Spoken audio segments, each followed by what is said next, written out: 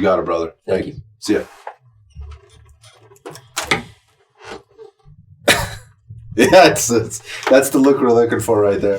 That was fucking rad, dude. Yeah. There are people out here that have brains and deep thoughts, and they actually give a crap. That was really, really solid. I was enriched, by that at a lot of different levels. Yeah, no, I mean, I feel like we just scratched the surface, to be honest. Yeah. Look, David's got a very diverse background, but he spent a lot of time, his entire life, studying martial arts in all different forms. So he's very skilled with the combative stuff and comes at it from a little bit different a mindset than I think a lot of instructors that you see out there that are delivering information, the platform that they deliver it from. I think it's a little bit different. He also spends a lot of time around the blades. And so if you catch any of his stuff like on Instagram or whatnot, you'll see David's very quick with his hands. He's got some pretty spicy stuff he puts out there. I think that gets people's attention. But more for me is what's behind all that and how he's studied and how, I guess just he's a little bit of a freak this way, I think. And that's the interesting part. Ad placement. Like, we've gotten some negative comments on YouTube because of all the fucking ads and where they put it. Like, it was really hard to watch the last 10 minutes of this episode because they were just dropping one ad in after another. And it was like, and I'm like, how do they know? Like, they know right to do it at the right spot to keep you hanging. Like on that last line or whatever it was. I hadn't watched a whole episode on YouTube in a long time, so. All right, we're back in the studio. That looks good. Yeah, I feel like it's punched in more, is it? From Silence. Yep. Yeah. Thank you. Yeah, it's punched in a little tighter. I'm stoked to have you. See, that lighting looks good. You're a local guy. Same camera. Which is awesome. Dude is on the ground. We're about 6 minutes from him. Yeah, we're probably about 30 minutes from getting started.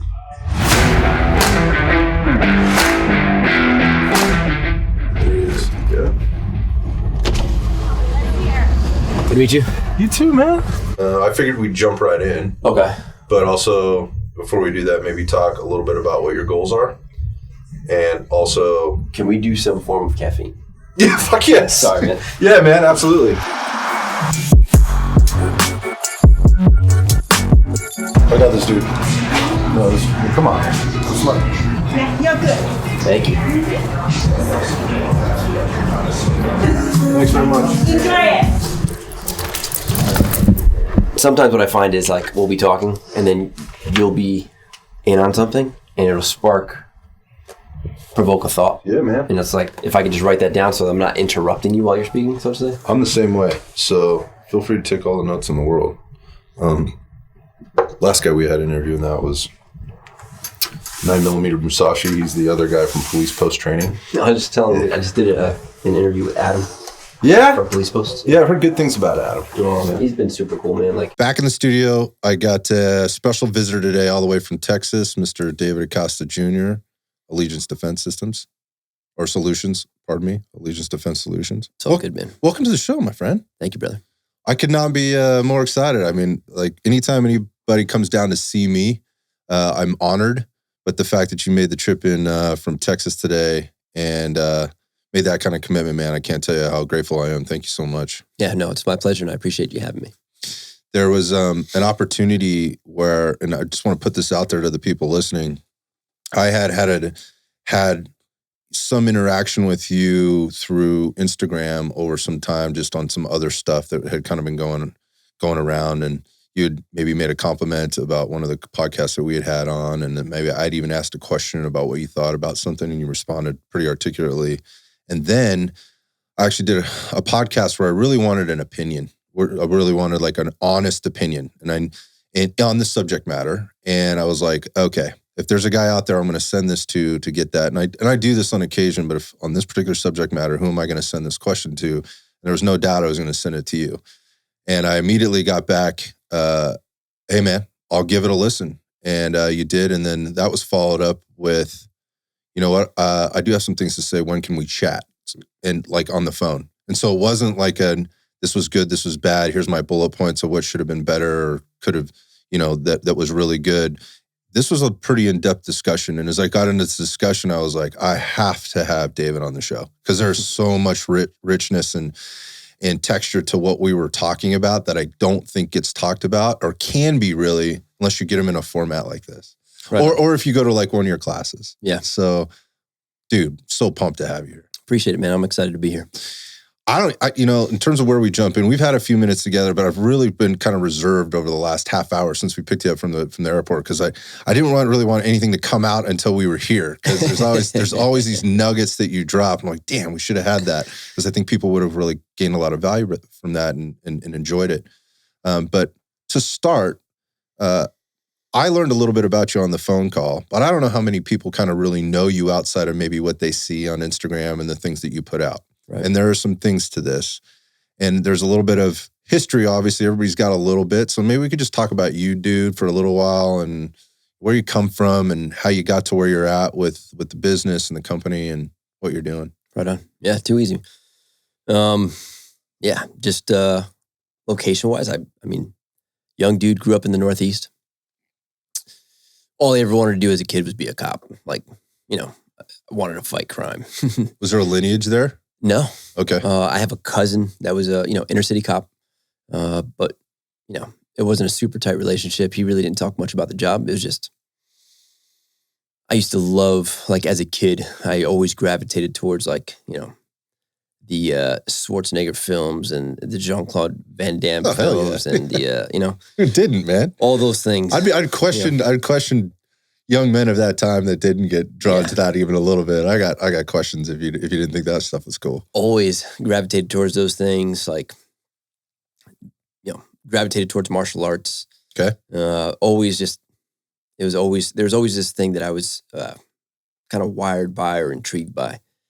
And, goodness, my dad used to read stories to me as a kid, a lot about King David from the Bible and how much of a warrior he was and that David killed tens of thousands, right? David was a legend. Yeah, David and Goliath, right? And that's obviously where my name comes from, but there's always this thing. And I got introduced to, I want to say I saw a show as a kid. And it was a show or a movie, and the dude was working like in an undercover capacity. And I'm like, that guy's he's a good guy, but he looks like a bad guy. And, he's fighting bad guys or whatever. I don't remember the name of the movie. I don't remember what the movie was in specific. It's like kind of framed or shattered, like a shattered memory, if you will. Okay. It happened, goodness, I must have been like 5, 6. And my older cousins were watching something I wasn't supposed to be watching, but I thought it was like the coolest thing ever. So you're getting away with something at the same time. Oh, Mom and Dad would have thrown me a whooping that I got caught watching it. But nonetheless, I knew back then, I was like, man, I would love to do that. Like you can do that for real. Like that's an actual thing. So I just always wanted to be a cop, man.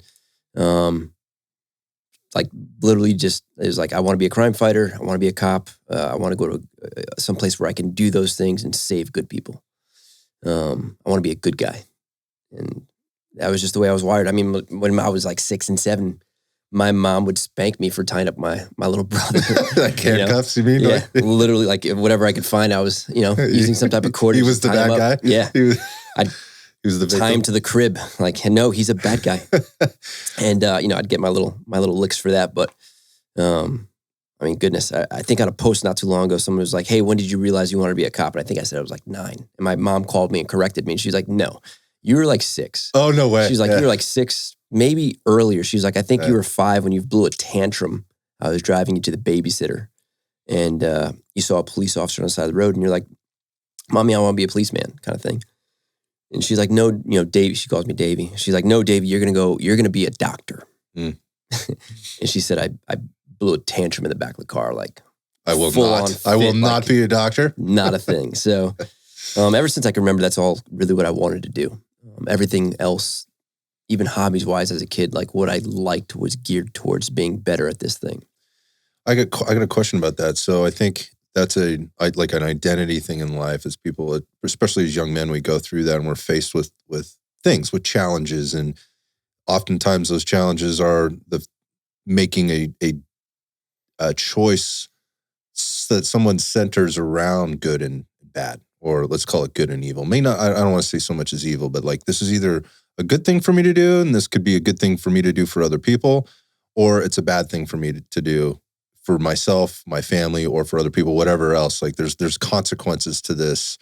And those are those learning lessons through life that you're just ultimately you're faced with. And I think how you handle those situations are really how that ends up defining you over time, right? Yeah. I wonder as a kid, like in you deciding I want to be a good guy, were there times in your young childhood where you were faced with the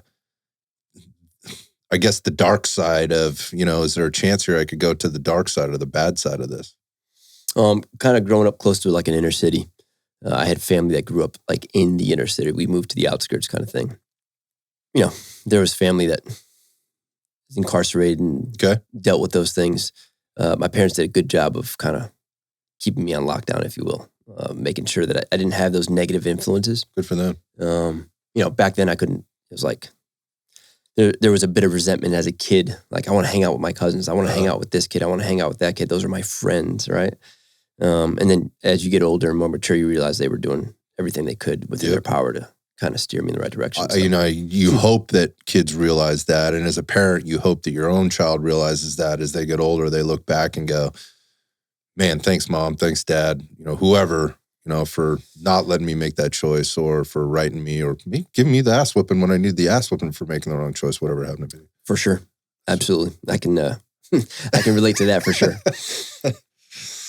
So as you're growing up, you're riding, sounds like you're riding a pretty straight line, man. And I mean, does it go straight into like, all right, because you have to come of age, right? And then there's prerequisites sometimes that you have to have in order to become a cop. But was it just full speed ahead, like junior high, high school, police academy? Yeah, no. So I mean, to be a cop, you had to be 21. You had to be. I got into the academy at the age of 20, and I had to turn 21 prior to completing the academy, which is the case for me. So you had some time to kill. Yeah. So like a lot of family businesses.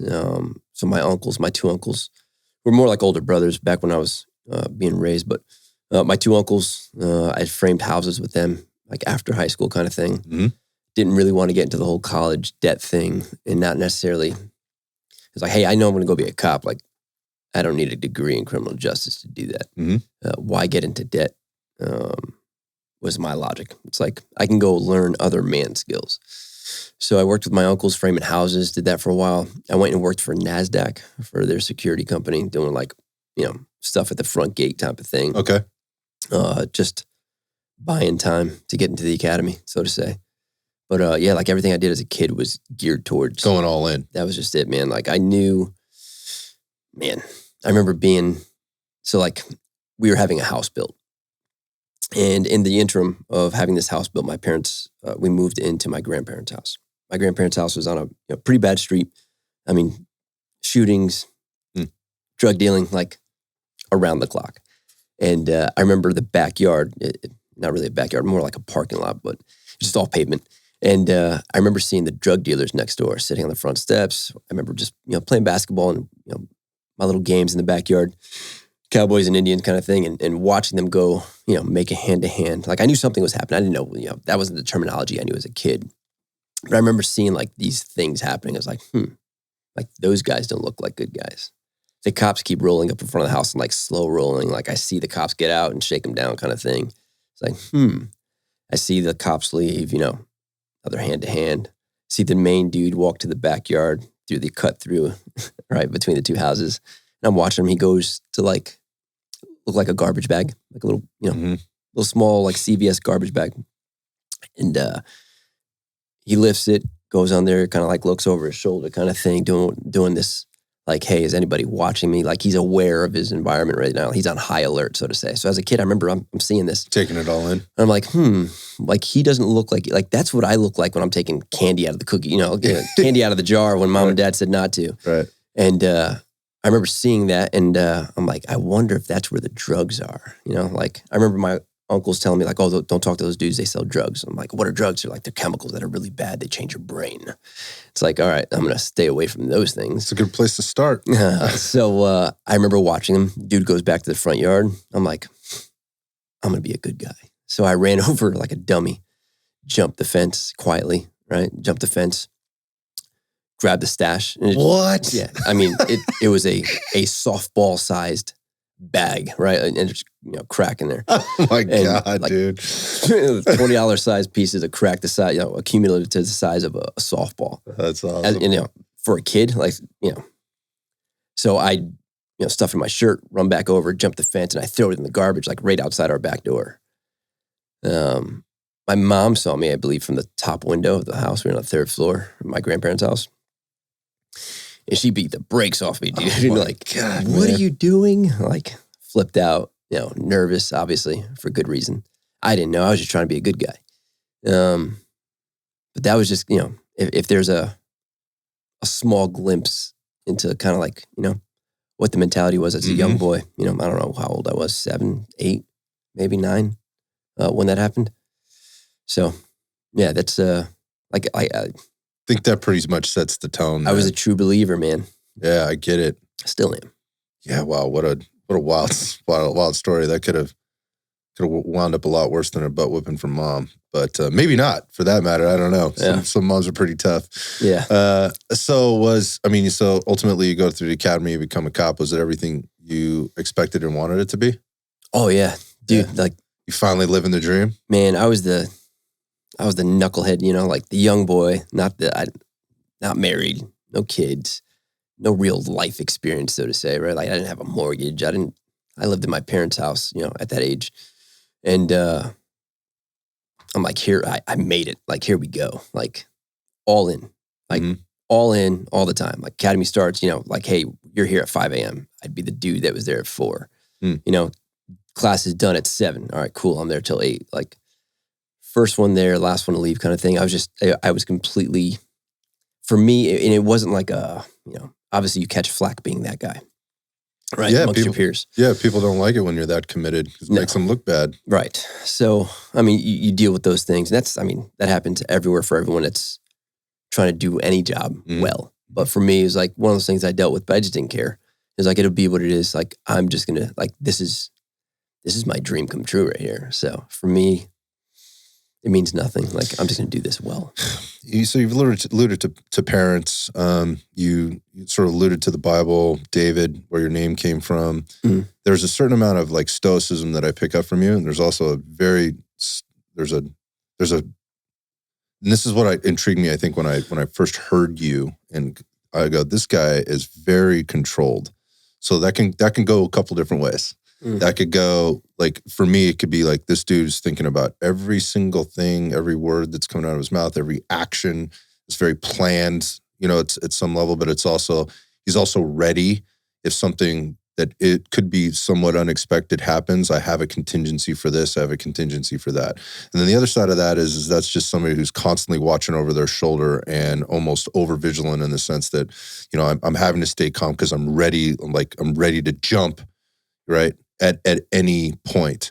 And so I think there's a double-edged sword there that can be. I just wonder where that came from for you. Was it mom and dad that are driving this? Was it church? Was it who influenced this, or just something that this is just who you are? I think all those things are definitely influences.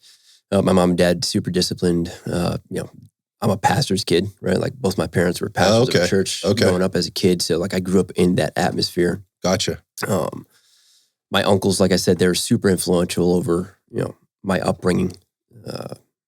Both like super, like they could have been pro athletes if they actually went that route, in my opinion, but in everybody else's opinion, aside from their own. But, they were just very disciplined. My parents were super disciplined. Discipline was a big thing at the house. So that was always kind of there.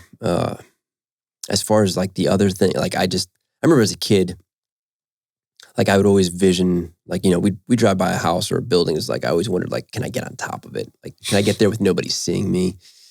I don't know. My brain just always worked a certain way. It's difficult to explain, but I always thought about like, hey, what if somebody broke into the house? Or what if this guy tried to grab me? Like, I always thought about those things. It wasn't like paranoia. I think it was more or less like I wouldn't consider myself paranoid. Maybe that's the word I was looking just for. Just aware. Yeah. Just aware. Just, not naive. And I think some of that's like being raised in like you're going to have a level of street smarts that, people raised in the, in in a rural environment don't have. Yeah, so I've had this conversation with people that I think, and this is going to come up later, but that maybe don't fully understand and respect the realities of the world that they live in. And, you know, as an example, I'll just use this as an example. It's kind of a made up example. If I roll up to a gas station, I'm sitting at the gas station and I see a guy hanging outside the door of the gas station, and maybe looks a little disheveled, pacing, walking, you know, maybe pacing, kind of looking a little edgy, if you will. My reaction to that is, hey babe, keep an eye on this guy. Just be aware. Right. Just keep an eye on this guy. Some people look at that is so judgmental of you to look at what could be a homeless person or somebody that we don't call them that here anymore, by the way. In San Jose, we call them the unhoused. Calling them homeless is derogatory, apparently. Maybe is suffering from some type of psychosis because of the drugs they're on or the drugs they're not on. Maybe it's enhanced by some other illicit substance that they may or may not be using. Right. There's a lot of things there. And my judgment comes from my experience in being accosted, actually being attacked, seeing this play out in that same way for other people. And so people look at me like I'm a bad guy, you know, for being judgmental. But I'm okay being judgmental because it comes with, for me, that's awareness of my environment. That doesn't mean I'm going over there to attack the guy. I'm not going to go over and say anything to the guy. Like, I'm not expecting that he's going to do anything.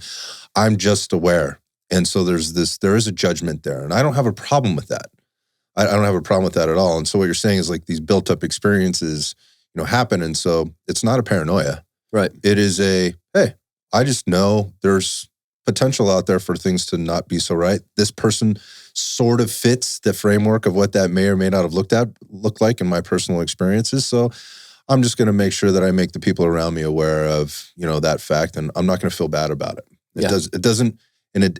It's not about, you know, I have poor morality, you know, in that. And I think this is going to come up again. But going back to who you are and how you're raised, and I wonder if I could get up on that building without anybody seeing me, you know, that kind of thing. And the stealing the drugs, the crack from the crack dealers across the street or the house next door and throwing it away. How does that play out in police work? Like how, as you get into the police world, and you already kind of say you weren't the favorite around there because sounds like you're probably an overachiever. That's maybe how I would describe that. There's nothing bad about that. But how does that play out as you get into this role and you're dealing with the streets of, you know, the East Coast? Yeah, man. I mean, having family, friends that, you know, were in the streets and having that exposure, right? Like some training, some experiences inferred, right? You don't necessarily live it firsthand. My dad grew up in like inner city New York, right? Like high rises. Tons of experience that was inferred there. Like, hey, we pay attention to this because that's what these guys do. Mm-hmm. And that's the way they used to do this and used to do that. So as a kid, we always got those kind of messages from my lessons, dad, yeah. Right? Those little life lessons that, you know, most people would. I remember there's times that my dad would talk about stuff. My mom would be like, hey, shh, like don't. Yeah. My dad's like, no, they need to know this. Like, same. We're raising men and they need to know this because if they don't know this can be used against them. So he was always good with that. You know, movies, like the movies they do nowadays are not like they used to do back in the day, you know, but just as a kid is like, I don't think I knew better necessarily. Like I thought that was like real to a degree. Oh, the cinema, you mean? Oh yeah. Like the actual movies, man. Like so much you pick up from there that I think obviously some stuff is total garbage. Yeah. And then other things like you can pick up on. There could be some reality to this, you know? Yeah. So yeah, going into it, like, you know, I can't, like, all I ever wanted to do was this. So going into it was like, it was never a job, right? Like this is why God put me on the planet. This is your destiny. Like God made me to do this job. That's why I'm here. That's why I think the way I think. That's why I train the way I train. Like everything has led up to this one thing, you know? So. Yeah. Okay. So I don't think a lot of people can talk from that type of like that depth. Like I think people discover this along the way, maybe. Like I didn't realize it, but I am cut out for this. This is what I'm supposed to be doing. But that was whatever it is Yeah. in life. But that was after they had to go through all these other experiences. So I don't think a lot of people, can look back on their career path or their life or whatever and go, nope. From the moment I could remember, this is exactly what I wanted to do, and this is what I've done. Yeah. So there's a few things that come up through here. So you're in law enforcement. Huge martial arts background for you. I'll maybe kind of transition into that, just way more than me. So for me, it looks like it's huge. Okay. But can we talk about where that enters into the framework here? Like, was that a part of being a kid, or did that happen after becoming a cop? Like what? No, that was as a kid, man. Like my cousins were into it. And I knew, like, as a man, like if I'm going to go fight bad guys, I got to learn how to fight. Like, so, you're mimicking what you watch on television. And then it happens in the schoolyard and you get punched in the mouth. And you're like, that's not how it happened on TV. Right? Like, playing karate in the garage is not the same. Not the same. Schoolyard fights. Not the same. I had a couple of older cousins. When we'd play fight, I was the young, small one, so I'd get crushed. And it was like that all helped drive the desire. So I'll never forget Matt Jones's karate school back back on, So anyway, my dad, I was like, hey, Dad, like I need to learn this. And he's like, no, you'll be fine. Like just do this other thing. Like that's fake. Like just do this, you'll be fine. I was like, Dad, I got to learn how to fight. So I remember one day after getting a haircut, he brought me in for a drop-in class, and it was like, I felt like I was, Bruce Leroy. Did my first little Taekwondo lesson. You know it all now. Yeah, exactly. That didn't last very long at all. Just played with my my younger cousins, and always wanted to do it. Just the time, the resources, the finances weren't there for the family. So it was just, I was in the backyard kicking trees and being dumb. One of my uncles, right, he started training Jeet Kune Do. Okay. Got introduced to it.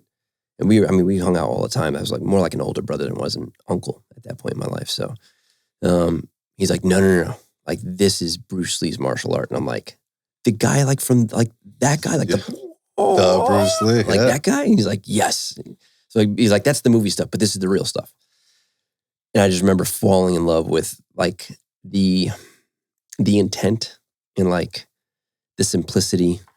And it was like, all right, cool. I got to start doing this. So trained with him as a kid growing up, just it's like nothing formal, so to say. But like, that was all I did. So he'd show me something and my brother paid the price for it. I had a built-in, training partner at the house.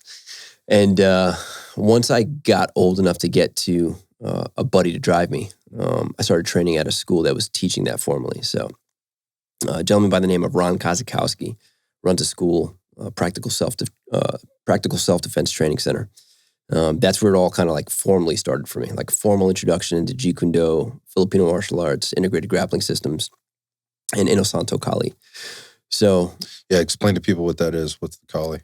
So Kali is a Filipino martial art, and there's different, from my experience, from my understanding, there tends to be like different family names for the different systems. Kind of like Brazilian Jiu-Jitsu, right? Like you got Gracie Jiu-Jitsu, you got this one, you got that one. So Kali is essentially a Filipino martial art, and there are different names based on different systems, if that makes sense. Mm-hmm. So got introduced to that, and it was like once I got formally introduced, that was it. It was like, this is the way. That's it. The practical martial arts, that being this mixture Yes. of the things that you were learning, not just one over the other, one system's better than the other. It's like, how do we take the best of these systems and put them together to what's more realistic, to what you're going to see, not in a sport, or a tournament or a competition, but what you might see in real life. Absorb and, adopt what's useful and just discard what's not, right? Like if you look at like arts as a whole, martial arts, so to say, you'll see like, at least from my lens, my perspective, my exposure, it's generally a lot of arts are based on specific ranges, right? Like you have the guys that focus their entire art or system on the ground fighting range. Okay. Right? You have a lot of guys that focus their entire system, their entire art, so to say, on that stand-up grappling range where they're going to use the earth as the weapon, right? Like they're going to they're going to scoop you so quick and so fast that your head's going to bounce off the pavement kind of thing. You have guys that just focus on just that. Then you have other arts that focus on just like fighting inside of a telephone booth. You know, headbutts, elbows, like short range, not grappling necessarily, and not boxing, right? Like that intermediate range between those two, so to say. It's like that trapping range, headbutts, elbows, tying up other guys' limbs and intercepting things so you can deliver strikes. And then you have that next range outside of that, which is generally boxing range, where guys just focus on just the predominantly striking with their hands, so to say. And then you have like the kicking guys, like those guys they build their entire system predominantly around kicks. Yes, there's 10% of this and 10% of that and 10% of the everything else, but like 3/4, if not 80% of the art is built around kicking. Muay Thai. Yeah. Taekwondo. Yep. Right. Like, so, I loved the way it was broken down. And kind of like, that's how I was formally introduced, kind of JKD from that lens of like, these are the different systems. We're going to take what's practical from each of these styles or a variation of styles within these specific ranges. And then we're going to adopt them to what's practical in use in actual self-defense. Like, so I fell in love with that because it was like everything I had trained or played with prior to is all very heavily, sport and duel based. Okay. And no introduction of weapons. Then the Filipino side, you start getting introduced to blades, and it's like, sticks and blades, and my brain was That's like, a whole nother level, right? Like, this is something entirely different. Changes the range pieces or what happens within each range. For me, it changed everything in that, like, okay, these guys aren't focusing on just a punch or a kick, right? Or some type of lock. These guys, like, every time a punch is coming in, right? Like something inbound, that's potentially a blade or potentially a stick. Yeah, this isn't the schoolyard fight anymore. No, it changes everything. It changes everything, in my opinion. But I think it makes practitioners more capable, right? In that I'm not like, if I screw this up and I get punched, like, okay, maybe depending on how it landed and, what range and what he's wearing, I can get away with it. If that's a blade, like that doesn't. There's very little room for error there, margin for error, right? Right. So now, like, when you're like, as far as reflexes and timing and coordination and rhythm and all those things that are very, that translate over to everything else, you're going to do that at speed now. Like, the speed that a blade or a stick moves is not necessarily the same as, kicks and punches. It moves faster and it does a lot more damage. Oh, absolutely, right? Yeah. So I love where you're going with this. This sounds like mixed martial arts with weapons involved. Well, it's real mixed martial arts, right? That's what I mean. Yeah. Like, so again, there's the different things. Like, when I think of martial arts, I think of, like, there's the art, there's the school, right? Where you go and you sign your kid up for Taekwondo, and he goes through, or he or she goes through these different steps. The Taekwondo really gets me these days, and there's a lot of that it's not everywhere. So for those people listening that are going to different schools, there's trained Taekwondo to maybe fight in the sport of Taekwondo, tournaments, things like that. And then I also see this other thing, which looks like a racket to me, where you pay a certain amount of dollars, which guarantees your kid's going to get belts at certain times, along the way.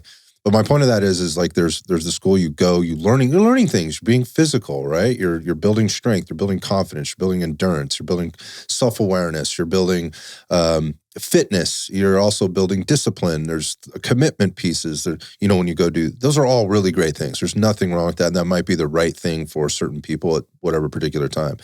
Then there's maybe the next level to that, where it's like, okay, we do this, but part of it is we enter tournaments, we actually do the sport in a fight format, where we're fighting people not just in our own studio, but outside, right? And so there's other things that get piled onto that a little bit. It's more like, okay, well, now there's pride, now there's trophies, now there's recognition, now there's acknowledgement of who's the better studio. And so there's more skin in the game, there's more on the line, but it's still a sport, right? And then maybe you get into, from there, it expands a little bit, and you can get into, if you're really good, maybe get into some type of prize fighting where it's more than a trophy. There's actually some money involved or something like that. Yeah. And then it stops. Then there's really nothing beyond that until you move to the next level, which is like, okay, now how does that how do you now use what you're doing in your sport against a guy in this other sport who's reached the pinnacle of prize fighting in his own sport. And now we're going to get into, say, the octagon, which I think a lot of people can relate to, because now you're going to be faced with a lot of things, where in Taekwondo, you weren't tying up, right? So there were no submissions. There wasn't any of that stuff that was going on there. It was purely strikes and points. Right. Now things have escalated. And so you saw this evolution of how training was being delivered, and again, the mixed martial arts. But then there's this whole other thing that people from that world, if they're coming from that world, they're trying to teach people, say, self-defense, right? As it relates to the sport of martial arts. And there's a lot of value in there. But how do you apply that when you start adding things like escalating it to the next level, which would be weapons, and or the fact that somebody else in their mind, depending on why the fight has started or why the altercation or the let's just say the entanglement has happened in the first place. Because if it involves somebody maybe losing their life or being able to get down, go down the path of buying drugs, getting money, paying the rent, whatever else, stealing somebody's car and anything else, I guess what I'm trying to get to is like, you've just taken it to a whole nother level, and you've added in a lot of other elements that you couldn't ever get from these other things. And what I hear you talking about is getting into, this was introduced to you right up front. Like, you didn't learn one thing, then learn another, then pile it on, add it on to the next thing. And then like, oh, now we're going to talk about what really happens out there. You went straight into, this is what really happens out there. The way Guru Ron, introduced it to us was like, the sport stuff, we will do that as isolated tasks. We'll focus on just the boxing, in boxing class, and we'll focus on just the grappling in grappling class, and we'll focus on the Muay Thai stuff in the Muay Thai portion. Like, we'll focus on trapping when it's time to do that, right? Like, so he would isolate the specific ranges, so to say, and the technical skill for those individual ranges. But then that makes sense. Then we're always putting it all together, right? And now, how do we put all that? How do you go from one range to another seamlessly? How do you transition from kickboxing to boxing to trapping to stand-up grappling to now ground fighting to disengaging, getting back into, so like, that was the way it was done for us. That was the way that he introduced it to us. And it was always done from the lens and context of a fight for your life. Like, this is an actual fight. Like, this is not in a sporting match. Like, we'll talk about that specifically, and we'll downgrade, right? What we'll do is, when it's time to play the sport game, we'll add the rules. But we're going to start without that. So at the onset, it wasn't taught with the rules. At the onset, it was biting, eye gouging, right, hair pulling. There was no holds barred, so to say. Just the most simple way to get from point A to point B in a fight where it actually matters, right? Where there's no referee, where there's no preset time standards, no weight classes. That was the onset. Now, once you know that as the foundation, right? Always, taking into consideration tools, weapons. Now that we know that, now let's dial it back. We're going to focus on just the sport aspect, or just this technical component, right? To refine it. Yeah. And that's more like, hey, we're just boxing right now. It's like, oh, well, if I could do that, well, great. But we're gonna basically tie in one hand behind your back kind of thing. Right. But we see any professional always, right? Like, we see masters and professionals, whether it's in the shooting community or the martial arts community or anywhere else. You always have to isolate the specific tasks individually to develop the skill, right? Right. So that was how it was taught to me, how it was introduced to me. And I was sold out. I got bit by the bug. It was like, this is the way.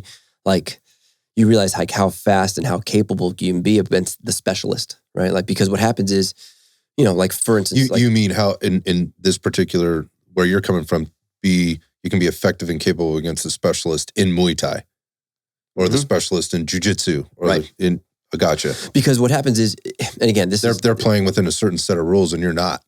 Well, again, it comes down to, now, this is not, I'm not trying to say it with, like, this is not an absolute, so to say. But think about it this way, right? This is how we got to the UFC. This is how the UFC got to where it is, right? Like, anyone pretty much identifies, right? Like, Bruce Lee as the grandfather of mixed martial arts, so to say, by putting all those ranges together. And you see that, like, outlined in his book, The Tao Jeet Kune Do. And you see where the specialists, right? Early, think like the first 5 UFCs, right? Each of those dudes was a specialist. Those are so in great to one watch. range, right? They were Like, so great to watch too. yeah, Yeah. far more realistic. They're like the Shamrock Gracie fights. Oh my goodness. I mean, those are the best ever. Intense. That is what you're talking about right now. Yeah. That's what I've shown my little guy, right? My son's 8. Like when we talk about martial arts, it's like, hey, watch like the originals, because he sees the UFC, he watches the fights with me, but he sees those in contrast. He's like, yeah, but they have gloves on. Yeah, but they have. So he realizes like there has to be, right? Like in order to do that at a professional level for as often as like you have to do those things, like hit somebody without gloves long enough and see how long that works. Let's just keep in mind, this is a sport. There's money to be made. Like, you know, you have to have that. Yeah. But you know, looking at it back then, you see like, hey, you started seeing which arts had a degree of practicality when there were very limited rules, right? You started seeing which was effective for this and which was effective for that, and what worked and like what was theoretical, right? And how some of those theories like realized like they didn't really they didn't play out in practice. And that's how I think that's how it's evolved to where it is now when we look at it, grand scheme of things. Now, just imagine that like back in the ancient times or, old times, and it's not even that ancient, but like in the Philippines, those dudes still fight with blades and sticks and swords, like legit, like everybody's pretty sure they still do that now. Yeah, everybody's carrying a blade. It's a completely different culture, and people here they have no idea. But having been exposed to it at a young age, I mean, I was in 9th grade when I started training, undergrew Ron at PSDTC, and just being there and seeing and like, dude's like a walking encyclopedia. and I mean that respectfully, like he can sit there and break down like, oh, well in 1828, and like he's a one of a kind of dude. I love that. I mean, people they're trying to understand the history behind it, where it came from, why it came to be, how it evolved, what it got used for, what it didn't get used for. And with that, you have this deeper understanding and respect for what it is. And you also have I think what that probably provides, and this is the same with like firearms or anything else, provides this ability to be very objective. Like what are the good parts that we want to take away versus and toss this other stuff to the side. It's not that it's bad, it just doesn't work in this application. Right. So that was a really good, I think, framework to kind of, for people to maybe think about how they're approaching their martial arts and how they're approaching their combatives training and how that may or may not apply in the real world. When we talk about the real world, I just want to, for me, what that means is there are no rules. Murder is an option for that person that may be attacking me on the street, right? That could be an intention and or an option for them. And I don't want to be caught in a situation where I'm unprepared for that, right? So what do I pick? Yeah. Where do I spend my time and what do I pick? Maybe we come back to that. But I wonder how this plays out as you get older and then get into law enforcement and you go through maybe what they're training or how they're training you and man. Yeah, let's talk about that, because you're going to have a much different perspective. Obviously there's the academy and then there's whatever else they do after. Who knows? Every department's a little bit different, but nowadays we know it's not very much. Yeah. I spent a lot of time there. I got jammed in the academy just because when it would come to defensive tactics, right? Like I was taught the best defense is offense. Get out of right? here. Just crush and give him no options from the beginning. I almost got in trouble because I choked out my my academy instructor in one of the scenarios. I assumed he knew how to tap. I apparently never trained. Is this right? Dead serious. He jumped on I jumped on my partner, doing like the whole practical skills thing. He jumps on my partner. I'm like, oh, this is easy. Like, this is not even a thing. Rear naked choke, kick out the back leg, put him down, like out. Well, he doesn't go completely out. So I'm realizing like he's going to go out, but now I'm like, what is this? Like, is this a challenge? Yeah. Does he not know? Does he not know he's supposed to tap? Like, I got him. Like, he's not doing anything at this point. Like, he's not coming out of this. And I let it go, and I quickly roll him onto his back. He basically gives me like the command, like, "Hey, we're like out of we're done." Yeah, end exercise. And he jumps up and blows a gasket, and like, pack your stuff. You're out of here. They bring me back in. You have to do a bunch of consultation. Hey, like what was that? Like, that's not a department approved technique. It's like, that was super efficient. Like, you don't have any bumps, like there's no, like, you would have just went to sleep peacefully and woke up in handcuffs. Here comes the quote unquote handcuffs that they're about to put on you. Yeah. So you're about to get treated like your little brother was getting treated. Yeah. There was one time where he was like pretending to bite in a practical skill. I'm like, oh, if we're biting, like I'm starting to gouge eyes. Like I'm not like you. Yeah. So got jammed there. I was and it wasn't like in a negative way. I think he was just trying to show me like, hey, dude, there's policies and procedures. There's policies and procedures in place that dictate what you can and cannot do, and these are things you cannot do. So it took a while, right? So like I definitely for the academy was like, all right, cool. I'm just going to do whatever they show me, and I'm going to get the brakes beat off of me for the duration of time that it takes, and whatever. Like I'm going to get really good with my baton, my OC spray, and my tools, my radio. So get through the academy phase, and then it was like, all right, cool, here we go. Soon as we could get hands on in the street, it was like, that was like, yes. Like, can we go to that call? Yeah. It was just, it wasn't like, well, no, I could say at that stage in my life, it was probably a degree of ego. But I had been burning so many reps. And you want to be tested. Yeah, I mean, that's what you've been training your whole life for, no? Anybody that says they don't, I think they're lying or just being modest. But like, I wanted to know, like, hey, like, how well does this really work? I wasn't the dude that ran around to bars and testing out his stuff, and that was a thing in those circles, kind of thing. I had an instructor who was he's like, all right, come back. Class was done at 6. Like, come back at 9. We're all going out. Like, where are we going? Oh, we're gonna go to the bar. It's like, dude, I'm 19, bro. It's like, oh, you can come anyway. It's like, whoa, nah, I'm not trying to get arrested. I'm not proud of that. I had a few of those days myself.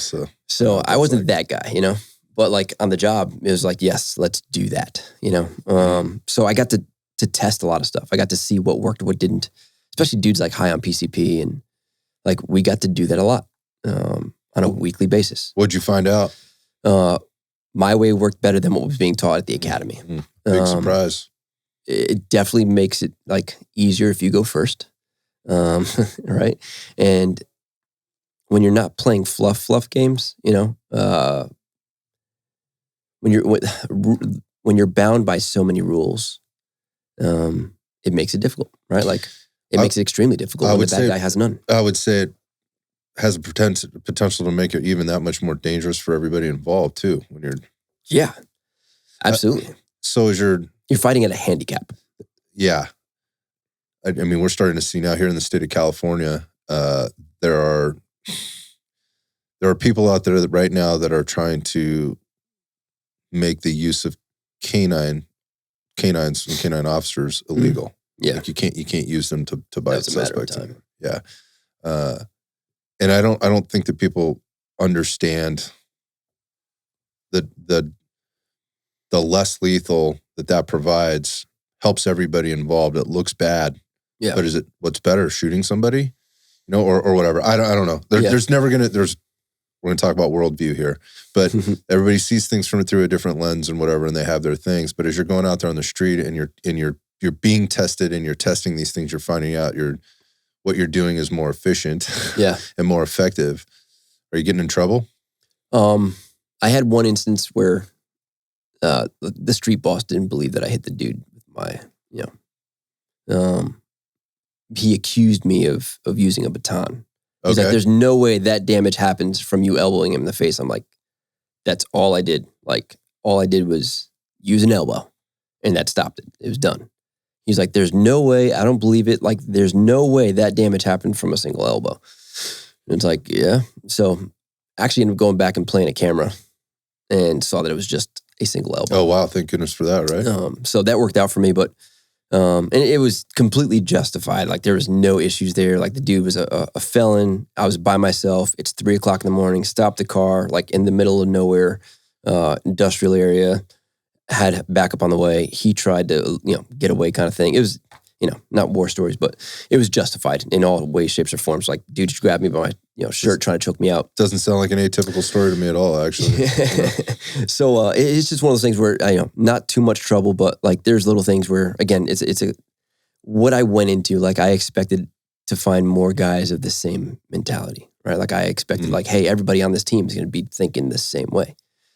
You know, like most guys that are like-minded, so to say, and go to a specific place to do a specific thing, find that it's not necessarily the case. Maybe you are one of a handful or two handfuls, whatever that number looks like. How do you deal with that? I mean, like we already talked about this at length. Like this is what you were driven to do your entire life, and now you're being faced with the, hey, tone it down, dude. Yeah, story of my life. Yeah, how does that work out? Story of my life, man. Like it was just another. Like I was so used to it from school, sports to school to just. That was always the thing for me. You know, like even amongst my peers, I was just always a very competitive person, and I always took everything super serious. And that was just, I don't. My brain doesn't work anyway. My mom would say, "Davey, God made you special." My high school football coach used to make me take my helmet off at practice. So, because I only knew one speed. So take your helmet off and put it over there. At least that would slow things down, me down a little bit. Yeah. So I think I can relate, man. Yeah. I also know how frustrating that can be, and it takes time. You can become a little disenfranchised, or you could also take that energy or that frustration. You can focus it a little bit differently. And I imagine, and I'm sure this, I think I already know the answer to this, but eventually there's going to be opportunities for people like you that are out there looking, to find, they're hunting the boogeyman. They're hunting the bad guys, and they want to be involved in the not so nice stuff. And they're not the guy that showed up and is okay with, mediocrity. The mediocrity. So I'm sure this expands for you. Yeah. So, I mean, had a blast in patrol, did that for the first, 4 years of my career. So say 4.5 years. And, eventually got pulled up to like narcotics. And that was like, I kind of already developed that niche, right? Like growing up where I did and being exposed to what I was exposed to, it made it very easy for me to spot, right? Like spot bad stuff happening when it was happening or right before it was happening. So it wasn't something necessarily new. I was, me and the guys that I worked with, like the guys that kind of, birds of a feather, if you will. Me and the guys that I affiliated with at work, like we gravitated toward that, and it became like a friendly little competition, like who can get the most drugs and guns this week, or tonight, and like loser buys, breakfast kind of thing or something. A lot of it was just bragging rights, my squad versus your squad, and this shift versus that shift, or that district versus this district. It was just, we were just wired that way. And again, that's not everybody, but eventually got recruited to narcotics and did that thing for a while, and it was like, I was already doing this. Like, this is no different than what I was doing. I'm just now not wearing a uniform and driving a black and white. Like, so I wasn't very, I was kind of like disappointed. Like what I had in my mind was like, every movie I saw, the Cloak and Dagger Donnie shit. Brasco and, The Departed. Mm-hmm. And I was like, that's the stuff I want to do. That's like, when I hear narcotics, that's what I'm thinking of. Not like, this is literally what we were doing back in patrol as drug interdiction cars. Like, this is no different outside of just, running the occasional CI, which, you can't trust those dudes anyway. They're playing both sides of the fence. Mm-hmm. And then we don't have enough money to do buys because I got to pay this guy. Then I got to, Anyway, so I spoke to my lieutenant. And I'm like, ALT, I want to do some UC work. And he's like, oh yeah, we'll do some prostitution stings. And I was like, that's not what I mean. I'm like, can we do more than that? And he was like, well, we had a program that got shut down. So I took some time off of work, just used vacation time, changed up my appearance, and came back. And day one, I'm like, I want to see if I can actually do this. Like, if I can fool my own guys, right? And our department at the time was probably 400 or 500 cops. Oh, I love where this is going. I'm like, if I can fool my own guys, then I can probably pull this off. I can definitely fool the guys on the street. So I get all done up, so to say, and I go to the front desk and I make a complaint. Like, I walked in the front desk, like, I'm going to just file a police report. And if I can fool my front desk boss, my front desk sergeant, and, my FTO, who's one of my FTOs that walked in, if I can fool her, like how else? These are literally the people you work with every day prior to your vacation. Check. Okay. Yeah. So I do exactly that. I go to the front desk and I do my thing. put on the little show, so to say. What did you say? Like, what was the story? Man. So I basically was complaining about a robbery. Said I got, there's a street robbery. So I walked in. I had my arm in a sling. Okay. Right. And I'm like, I gotta make a complaint, So, awesome. that doesn't do it any justice, I promise. But nonetheless, like, front desk boss doesn't say a thing, calls the street cop to come in. All right. Where did it happen? I tell him the street. He calls for that cop, who I knew was going to show up. She comes up, she takes my complaint at the front desk. And right before she pulls the case number, I'm like, hey, Kathy, it's just me. And she's like, she looks at the front desk boss and she looks back at me and she's like, looks back at the front desk boss, looks back at me and she's like, are you serious?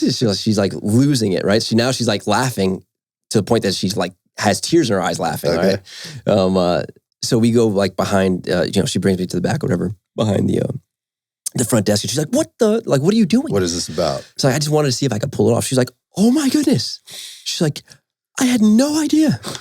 And she saw me probably about 2 months prior. So it wasn't that, it's not like I was removed for years. So I went upstairs, met with the lieutenant, and he's like, what in the world is this? I'm like, what's this hey, about? I think we should just try this. And he's like, let's do it. So, Just like that. Just like that. Cool dude, man. God rest his soul. But yeah, good dude. Name was Jeff Hoffman. He left as a captain, but That's awesome, man. So he nobody was pissed at you for this, like for wasting time or anything like that. They No. generally thought because they know you, no. because they know what you're doing is not because you're a jokester, but because you're looking to get some more real work done. Yeah, man. I think he was my boss as a sergeant, right? Like, so he was my sergeant on the street when I was doing crime suppression and drug interdiction, just as a, regular patrolman. And he did a great job of schooling me up, man. Like, hey, you can't do that. Like, you can't, that what you just did, like, as far as like, like, well, it's a drug dealer's car. We're going to tow it anyway. I might as well jump out on another corner. And it's like, you can't do that. So it's like, okay, check. Can't do that. Still pulling the reins back. Yeah. So, he did a great job of like, this is what you can do. This is what you can't do. And here's why. Like, not procedurally, it's not that you can't, but you can, what if they misconstrue you as a bad guy? Like they can't see through those windows and you're wearing a uniform. Yeah, but does good, nobody sees you kind of thing. So he brought a lot of, wisdom, right? Wisdom to me and a few other guys. Thank goodness for those guys. Yeah. Right. Keep you out of trouble. Yeah. Remember I told you before, like, hey, here's my pocket. Yeah. Don't let it go. Yeah. So yeah, he approved it, started doing the UC thing. And it started like with the little, the nonsense stuff. Like, I don't even call that UC work. Like, right, you just pull up on a corner and buy from the local dude. Like, not a big deal. It's like the entry level, rudimentary. At this point, like, I don't really refer to that as UC work, so to say. But did a bunch of that for the next few months, like several times an evening for several different types of controlled substances or narcotics, and then would do that all over the city, and then go into like neighboring cities or neighboring towns, and then kind of got poured out by like different agencies. Yep.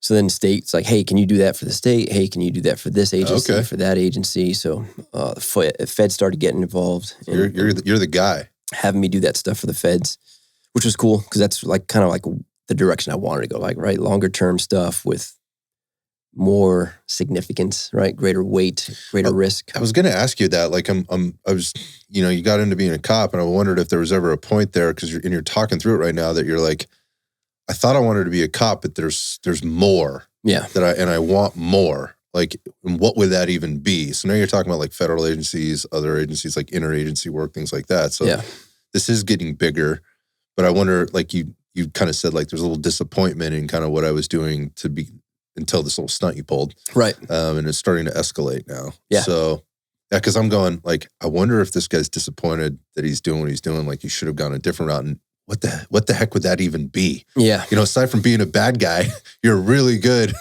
guy who's good at being a bad guy. What's the job for that guy? Yeah. It was a blast, man. Like, I just developed a niche for it. Yeah, it just came natural to me. Yep. Eventually started doing it at the Fed level. Like, got recruited to a federal task force doing it. with them on large scale investigations like Title IIIs or wiretaps. So did a bunch of those for bad dudes, right? Yeah, I gotta imagine. Now, it's never a good dude, right? Yeah. But sometimes good dudes get caught up in bad situations. But when you start to get to that level, we're talking bad dudes. Yeah, like that. You're talking about professional criminals. And you're walking, there's a lot of risk there. A lot of risk. Are you walking into these things on your own, or are you working with other people? Or what are these, give an example of what like a walking into this type of a situation might look like.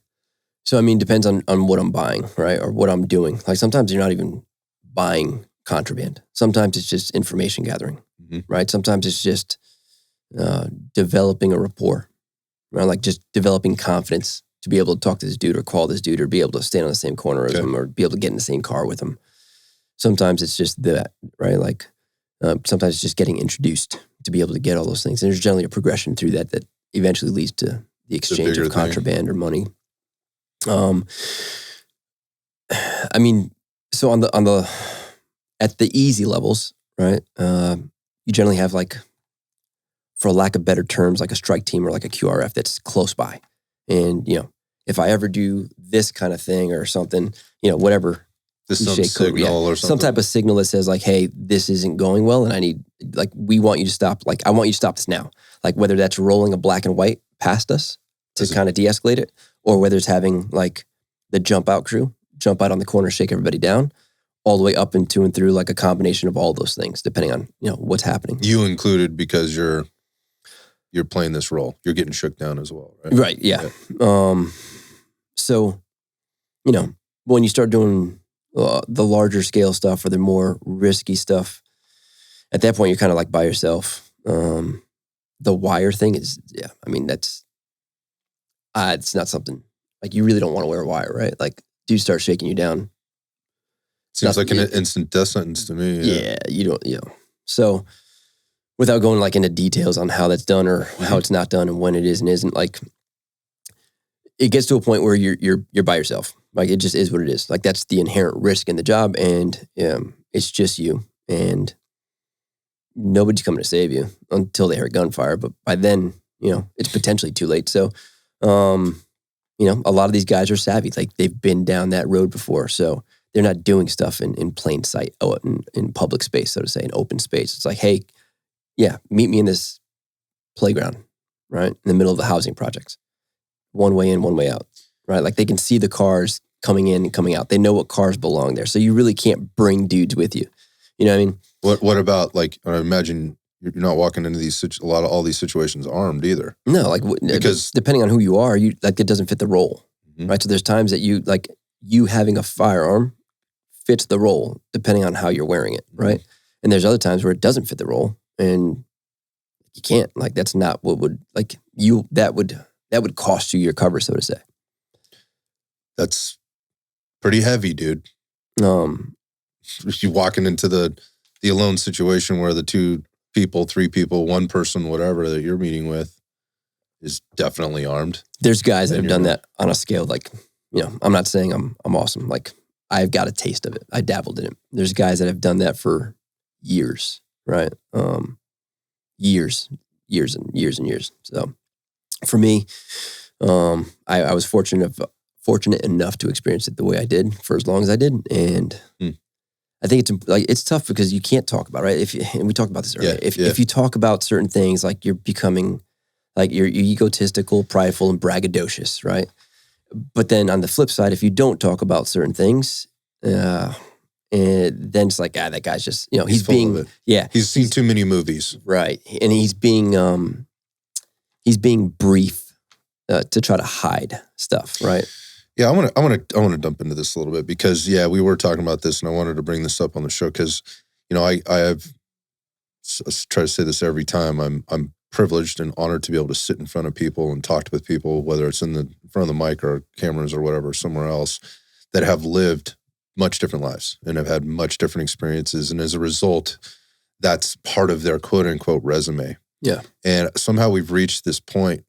And I believe it's for a couple of reasons, but we've reached this point where sharing your resume is a double-edged sword.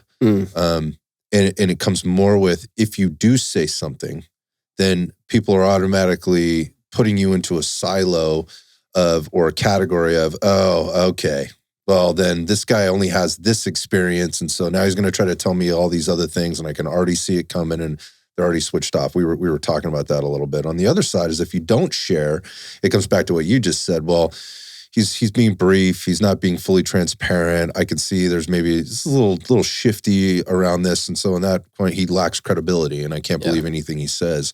He's seen too many movies, read too many books, played too many video games, whatever else.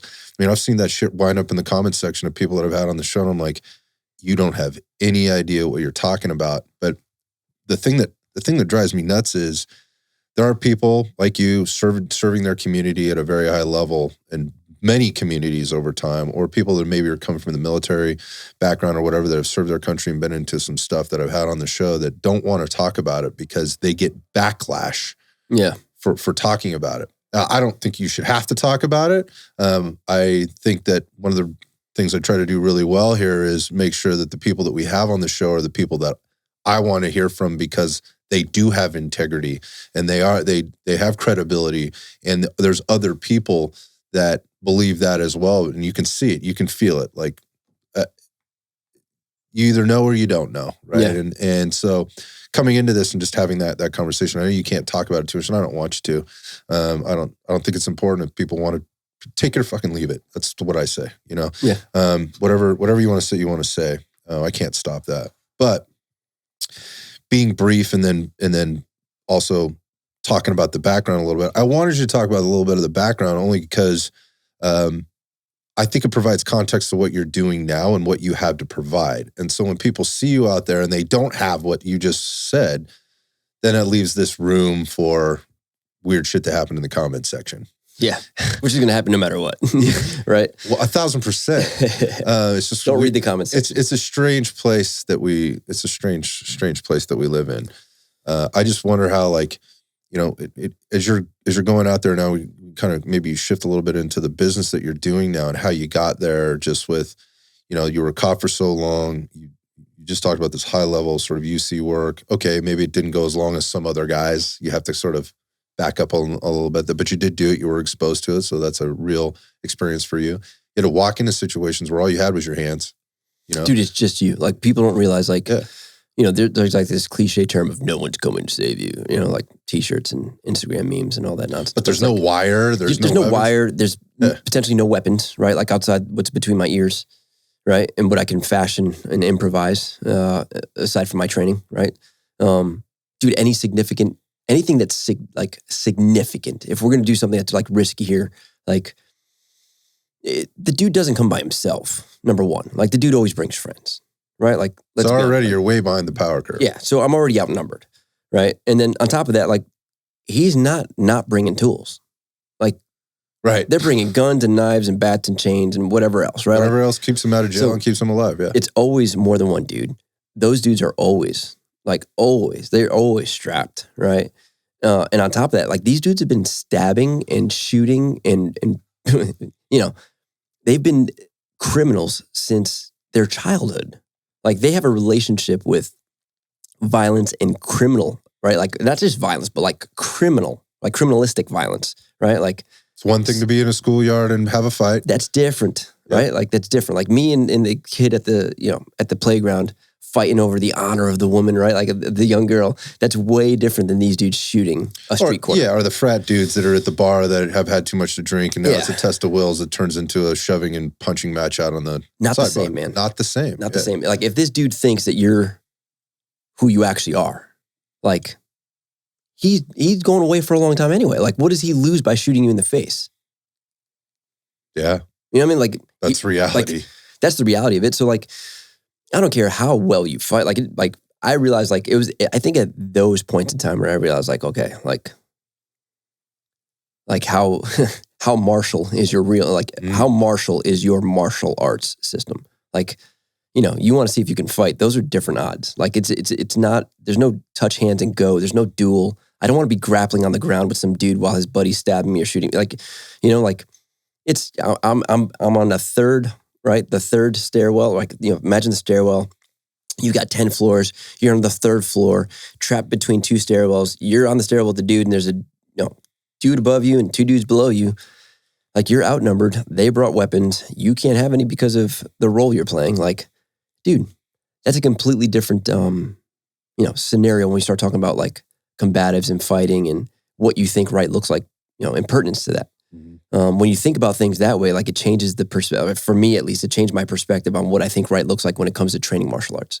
Okay. Because the intent for me is like, it's real self-defense, like real self-defense. But if you understand the dynamics of violence, defense automatically denotes the fact that you're going after something bad already happened, right? Like, it's preventative. I'm defending myself from harm, but like real self-defense is done preemptively. Let's talk about that.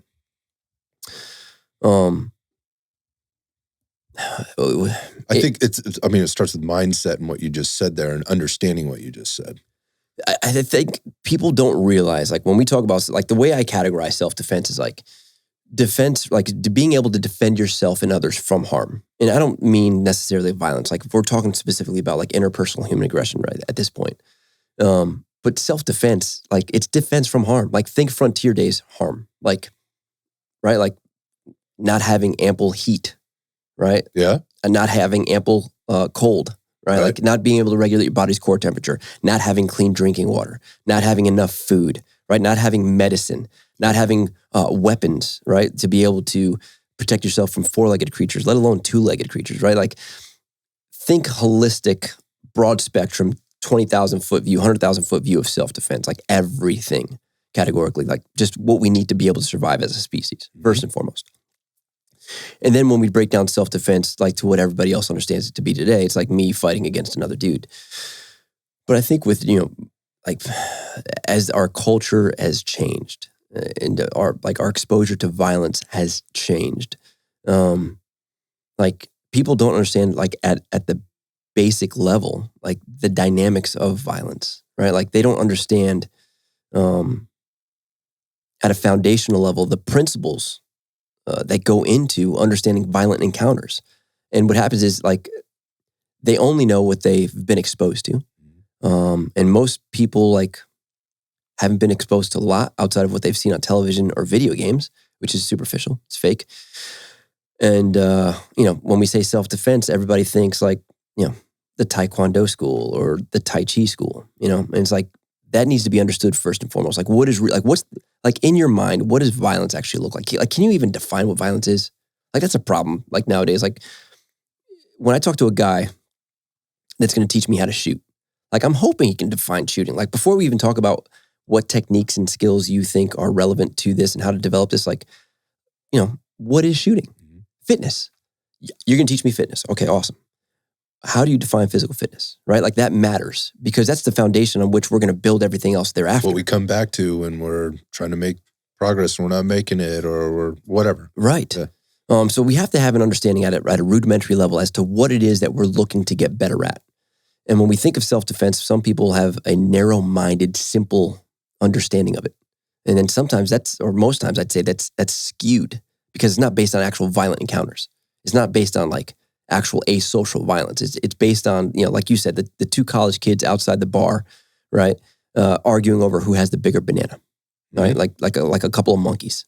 That's not a fight. That's not a fight. Like, that can turn into a fight, but that's not really, I mean, that's completely avoidable. Yeah. Like, number 1, don't go to the bars. 2, if that happens, leave. Yeah. Don't have an ego, right? Like, that doesn't have to happen. Where that, like, in contrast, like, that's just social violence. That's like social, like maintaining a social hierarchy. Yeah, pecking orders. Yeah, yes. a pecking order. Yeah. Asocial violence, like, there's no discussion to be had. There's no peacocking. There's no snarling of the teeth. There's no taking off shirts. And sometimes we have social violence that escalates to asocial violence, right? Like, we can have, Sure. especially when there's drugs and alcohol involved. Yep. It can always escalate to that. But I think people need to understand, like, what is violence. And if you understand, like, what violence is at a rudimentary level, like, let's just say, if we're going to define violence, we define violence to be the use of force, right? The use of force intended to cause harm, abuse, injury, incapacitation, or to kill or destroy. I think that's a pretty clear. Like, It's all inclusive. It's pretty clear. So, I mean, I don't think there's any mistaking what violence is if we understand that. The reason that we use the term force instead of violence is because force is quantifiable, right? It's just mass, like, it's just math, so to say. Mass times acceleration equates to force. So it's easy to quantify, right? And then we say, okay, now if we understand what violence is and we understand how we measure it, we have to kind of have an understanding of what it is and what it does. So we know what it is. We know what it is from a cause effect. Now, from a cause, but what's the effect, right? So now we have to understand, like, what are there levels to violence? Okay. Like, is violence scalable? And I would say yes, it is, right? Like when we look at violence, we generally categorize it two ways. We generally categorize violence as either, or force as either deadly or non-deadly. And different parts of the country use different types of vernacular, whether it's non-deadly force versus deadly force or non-lethal force versus lethal force. Either way, one denotes, right, that it's either lethal or not. There's nothing in between. Right. Right. So we have to talk about what that is. Like, what is lethal force? What is deadly force? Like, how do we categorize that? There's a lot of people that walk around with guns and training and this and that and blades and blah, blah, blah, blah, blah, blah, blah. And they don't even know, like, what deadly force actually is or what constitutes it. And I think it's important that, like, again, if you're going to be a professional, right? Like, if you're going to carry tools, if you're going to train self-defense, if you're going to train martial arts, if you're going to train in the area of being capable of violence done righteously in defense of human life as a good guy, like, you're asking to be a professional. Like, I mean, goodness gracious, like, if you think about it, like, your degree of professionalism is directly going to correlate, right? It directly correlates to your performance. Almost every time. So there's a little bit of luck there, though, it's involved. I mean, it's always better to be lucky than good. Right? Like, I'd rather be lucky than good any day. But the reality is, you've got to know that. And a lot of guys think they put the emphasis and focus on, like, if we say home defense, everybody thinks gun on my nightstand. Yeah. It's like, dude, that is, like, you're thinking way behind the power curve, bro. Like, things have already gone wrong. Way wrong. Yeah. Way like, wrong. There's a lot of things we can do prior to prevention. Same thing on the violence side. Most guys think about what's the best gun or what's the best blade or where do I put it to make it, like, they start thinking about the actual violent encounter first, then understanding, like, what goes into trying to prevent this, the problem from happening from the onset. But most guys don't even know how to define, or how to differentiate deadly force from non-deadly force. They don't know how to see. They don't see the difference between the two. It's like, hey, man, like, do you know what deadly force is? Like, you're carrying a pistol. Yes, I am. I'm carrying a pistol because it's my Second Amendment right. And hey, amen, hallelujah. Like, I'm with you. Yeah, carry tools, but also train, right? Like, not just the hard skill side of the house, right? Like, be fast and accurate, right? Be safe and responsible. On the flip side of that, though, what about the soft skills? Mm-hmm. Like, soft skills, like, do you even know when you can pull that thing out? Like, do you know what level of force that's going to cause?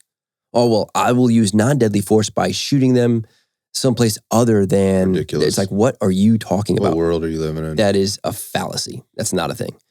So if we define what deadly force is, like, we understand that deadly force is any force, right? Any physical force that's reasonably likely to result in death or serious physical injury. Simple as that. Death or serious physical injury. If we know what that is, then we say, all right, I mean, pretty much everybody knows what death is, right? Like, then it gets to the serious physical injury side or grave bodily harm. Again, different vernacular, different terms where you are in the country. But they all denote the same thing, right? Any physical force reasonably likely to result in death or, grave bodily harm. So grave bodily harm would be, serious physical injury would be maiming, disfigurement, right? The permanent loss of a function or member of the body, right? Like you losing your finger, like, that's serious physical injury. Some dude runs a razor blade across your face and changes the way you look for the rest of your life, right? Like, that's disfigurement. For the perpetrator of that could actually be worse than actually killing somebody, or it could be the same from a legal perspective at some level. We'll get back to, like, if you're trying to defend your life and you have to use lethal or non-lethal force, as the way you're defining it. But, like, you leave somebody maimed versus somebody dead, that's going to go on for a long, long time in terms of what you may be responsible for. Oh, yeah. I mean, when you start thinking about second and third order of effects of your actions, without a doubt. So, I think it's got to be part of it. Like, you have to understand what these things are. If they don't, like, you're just setting up yourself for failure. And I see, like, in this industry, in this space, the reason I talk about, like, my experience is because, like, I've learned from mistakes that were made. Like, I've learned from firsthand not knowing what these things are and what they do. And by not having that software, if you will, like the soft skills, if you're not, by not having that first and foremost at the foundational level, it causes a degree of reluctancy and hesitation, right? Like when the time comes that you need to use it, you're wondering like, wait, can I actually send it? And if you're not wondering if you can, it's because there's no doubt at this point, right? And generally it's because like, rounds are being, driven in your direction, right? Like the rounds are now impacting on or around your person. And by then, I mean, anybody can do that. Like everybody fights back, Right. right? Like look at law enforcement shootings. Almost every cop shoots back after they've been shot at, right? But we watch videos all the time of cops taking an exorbitant amount of time to make the decision. Like they want it to be black and white. They want it to be there needs to be no question. And the people that are watching this unfold that I was in the right. It's a really tough space to be living in. Oh man, like that's scary, right? That's not someplace you want to be. But what I found is when it's just, and then this is my personal experience dealing with that side of the house and talking to dudes, post OIS and stuff. And it's like you ask like, hey, what were you waiting for?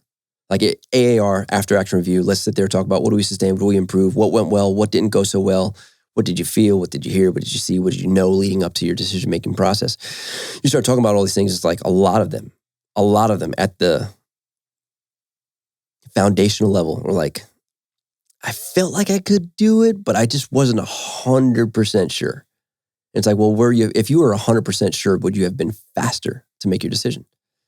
And I'm not saying yes or no. Like that's I think a question that we all need to ask ourselves. Because if you carry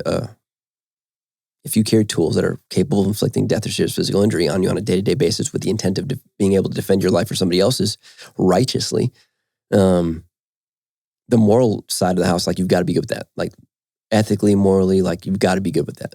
I agree. But you've also got to be good with understanding the legal implications of what you're about to do. Those things have already been decided. Yeah. Because once you go to here, all the other things that happen after that, more or less, have been decided. Yeah. Like there's a lot of that is so to say, a tomorrow problem. The problem is it becomes a now, today problem because they haven't wrestled through these questions, right? They haven't wrestled through these things prior to. Which is why I like the videos that I do on social media as far as like an AAR or like showing a shooting or showing a fight or something. It's not done with tearing apart individuals involved in it or their decision-making individually, but like what do we see as a trend? Because there's trends, right? And what do we see from a principle approach, right? Like principally speaking, what are we seeing? Like if that would like everybody jumps on there and says, "Oh, I would have done this," or "I would like." Oh, sure, it's Monday morning quarterbacking. Yeah, with 20/20 hindsight, right? Like they knew exactly how it was going to go, so they would have done this. That talk is cheap, and anybody that's ever been there and done that, like, doesn't say that. Like that's not their answer. Like guys that have actually been there and done that are like, well, what information did they have leading up to it? I'd like to think that I would have done this or that, but I don't know because I don't know what was going on in that cop's brain at that point in time. 5 minutes before that camera came on, what was going on, all of that, yeah. Yeah, and I don't know what training or experience they have. Like I have a general understanding of the training and the experience, but at the degree of specificity required to be able to say yay or nay, like I don't necessarily have that. I don't know what experience they have. Have they ever done this before? Have they never done this before? What did their training look like? Did their training, adequately prepare them to be able to perform at that specific thing or compounded thing. By the way, you mentioned something earlier to me today that really stood out too, and that is a perspective through that body worn camera, which is much different than what's coming through, like the field of view for the officer involved from all sides. Like we don't see things like we see in a body worn camera. Dudes see the camera and they think that, like, for whatever reason, again, it's just a lack of training, a lack of experience, a lack of exposure, right? Real exposure is the combination of the two, both training and experience, some of which is just inferred, not necessarily firsthand experience. But a lot of people watch this and they Monday Night Quarterback watching a camera or, a CCTV camera that's got like a bird's eye view of the incident. It's like, dude, that is not through the actual eyes of that cop or that person involved in that scenario. Like, and even if it is, even if you're looking through their eyes, let's say you're actually looking through their eyes, you still don't know what's going on in their brain. Still tons of variables. Yeah. So talk is cheap in that regard. But I think we can also, I think hindsight done well brings about foresight. I think we can learn from these unfortunate circumstances and garner information that makes us faster to make good decisions and slower to make bad decisions when we find ourselves in these situations or something similar. We do that all the time on the LE side. Right? Like on the LE side, we're constantly doing those things because goodness gracious, like, let's be honest, like most cops aren't getting into gunfights in their entire career. Right. Like, the vast majority of police officers never fire their gun in the line of duty, like in a 20, 25-year career, depending on where they are, right? Like, sure. And then you have other cops that have done it several times, a handful of times over the course of their career. So, and some more than that, depending on where they are in the country and what their job specifically entails. So for the guys that don't have that experience, that's the closest thing I can do, or anyone can do, is start watching that real life footage, the actual scenarios unfold, and then start picking up on the cues, pick up on the indicators. That way, when I see, if it walks, talks, quacks like a duck, it's probably a duck. And I can learn from that by having those in the back of your mind, having wrestled with those things, having seen myself go through them in a training environment that helps me. Just like, you listen to fighters and they see themselves fighting their opposition, and they put themselves in, if I get caught up against the cage, I'm going to do this. If I get caught here, I'm going to do that. If I get caught in this position, they actually work through visualizing themselves doing it. I mean, talk to pro lifters. Right. How many of them envision themselves actually lifting it? The best ones do. Yep. I saw myself lifting it before I lifted it, right? Like winners focus on winning and how they're going to win. They don't see themselves losing. They see themselves winning. And that visualization, I think, is important. Look at pro shooters. We watch them step up to a stage, and they go through the stage in their mind, like they're seeing themselves actually do it. They're seeing themselves, right? They're visualizing it actually happen. And that's any pro, like any professional, like pro drivers. Yep. They see themselves making their runs, so I think that's important. And it's no different than any of those other things. Yeah. There's a lot there, man. It's circling back to the mindset and thinking through things and being in a position, like if you're carrying a tool, civilian or police officer, whatever you're, Either way. Yeah, whatever situation you're coming into it at.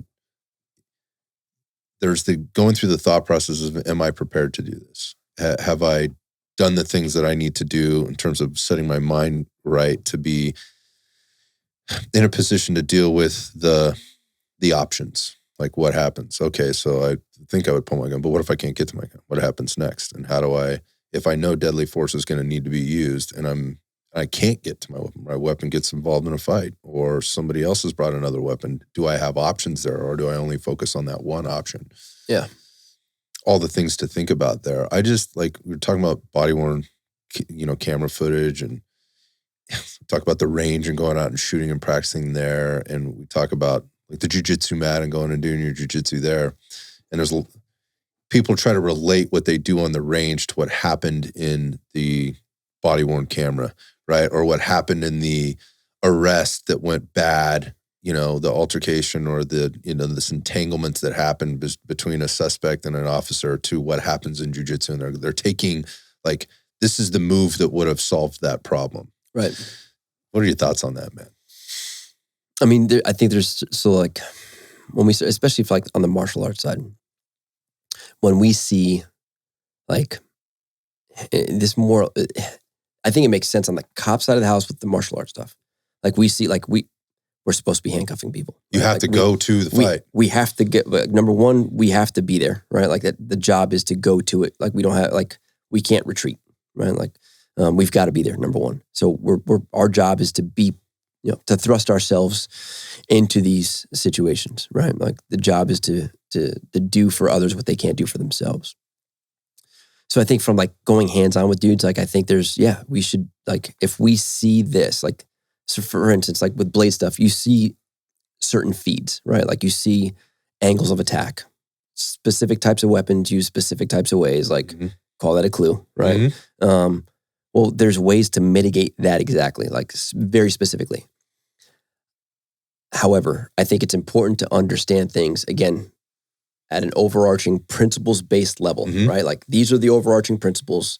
And then when you understand it at this level, we can always modify and adapt, improvise specific things to accomplish those overarching when we look at something very specifically.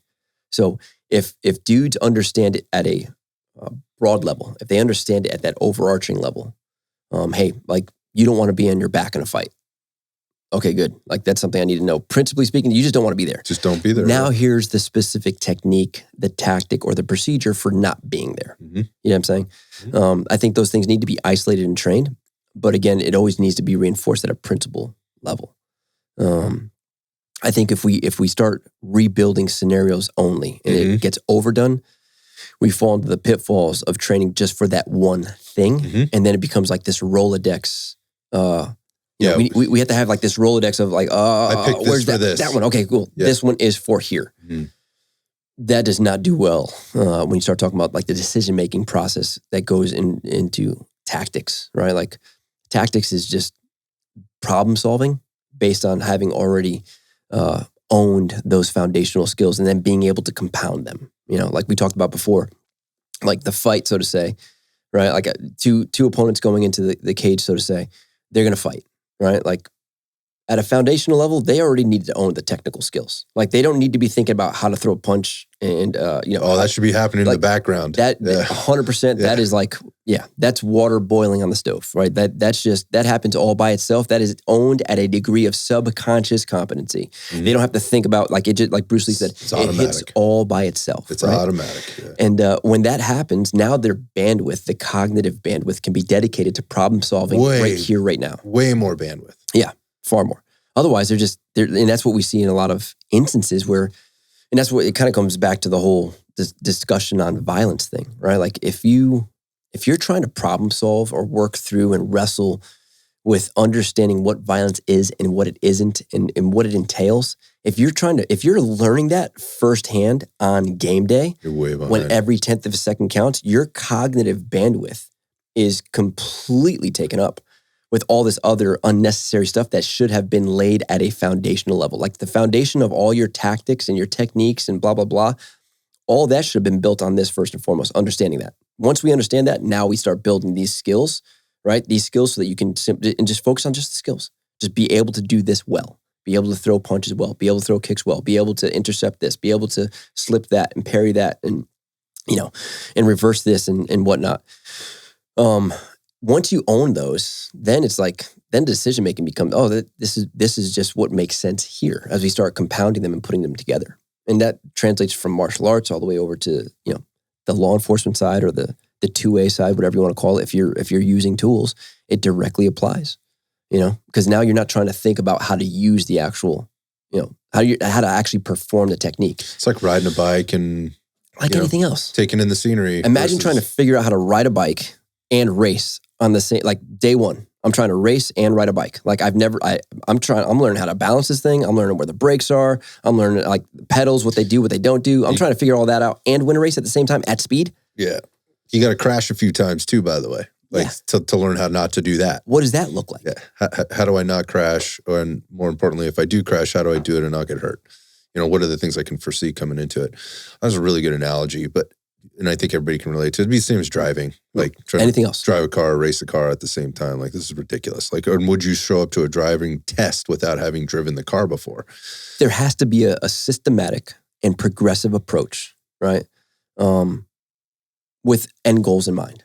And then like, hey, here's the end goal. The end goal is this, right? Like this is the destination. This is where I want to be.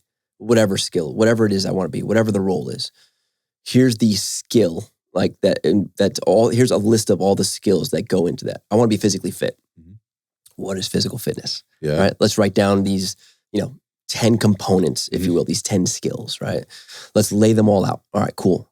If my fitness is based on how well I do at each of these, not just necessarily one, I need balance, number one, but now I need a systematic, progressive program approach to being able to fulfill this, right? Like, and I've got to be obsessed with the actual journey. Yeah. Because if all I ever think about is the destination, you know, that's a problem. It's cloudy, it gets cloudy, and it gets muddy real fast. You'll lose your way. You lose your way and you have nothing to come back to. And then you really don't appreciate, right? Like you lose the appreciation for the process to get there. Yeah. You've talked about that, right? So from the self-defense perspective and offense perspective, working through your career and kind of into, you know, the high level stuff. And now we're talking about there's philosophy involved here. But there's systems, philosophy. There's a greater level of understanding that I think people have to have around that. And that is the stuff that people want to skip over. Yeah. Like they want to go straight to the high speed, fancy shit. Yeah. Right. Like let's go out to the range and let's burn down, you know, these drills, or let's get out to the USPSA match and try to shoot Grandmaster when we haven't really spent any time with the fundamental things like grip, trigger press, you know, sight picture, things like that. And it's a weird, I mean, we talked about social media. I don't want to talk about social media too much, but it's just like you see, that's why this genre kind of lives. Yeah. So when we look at it from the self-defense perspective, and I'm using self-defense here in quotes for those people that are watching, right? Like as you've defined it very differently, that you have to understand what that means. Like, what is that? I won't repeat what you said, but the bottom line there is people are latching on to things that they think helps them get to the point that you're at, and they want it right now. Like they want instant gratification there. Yeah. And then they want to be an authority on it very, very quick. They're trying to do black belt shit before they're done being a white belt, you know? Right. And it's gotten weird. And so there's factions and people are going certain directions and people are making money on it, you know, on coaching or teaching things, techniques, whether that's in the firearms, whether that's in, you know, martial arts, whether that's in home security, vehicle defense, all of the things that go into, good buddy Joe Dawson uses pie charts. I love fucking pie charts because like I can see that and I get like you were just going like your 10 domains of fitness, right? Yeah. We could divide that into a pie chart and you could look at it and like, where do you go for each one of these things? How much of my percentage of my training time or my efforts or my finance or whatever goes into learning these things? How does it impact the whole, all of that kind of stuff? So yeah, you're making a list and you're going through this. People aren't doing that. They're trying to take it all in and they're trying to go to one person for it, but there's money to be made, right? Yeah. And there's people that are doing that. And I wonder as you're looking out there and you're looking across now that we've had this very in-depth talk, you know, about the hierarchy of things and how you maybe put your mindset around quote unquote self-defense, whether it involves a firearm or martial arts or anything else, the soft skills.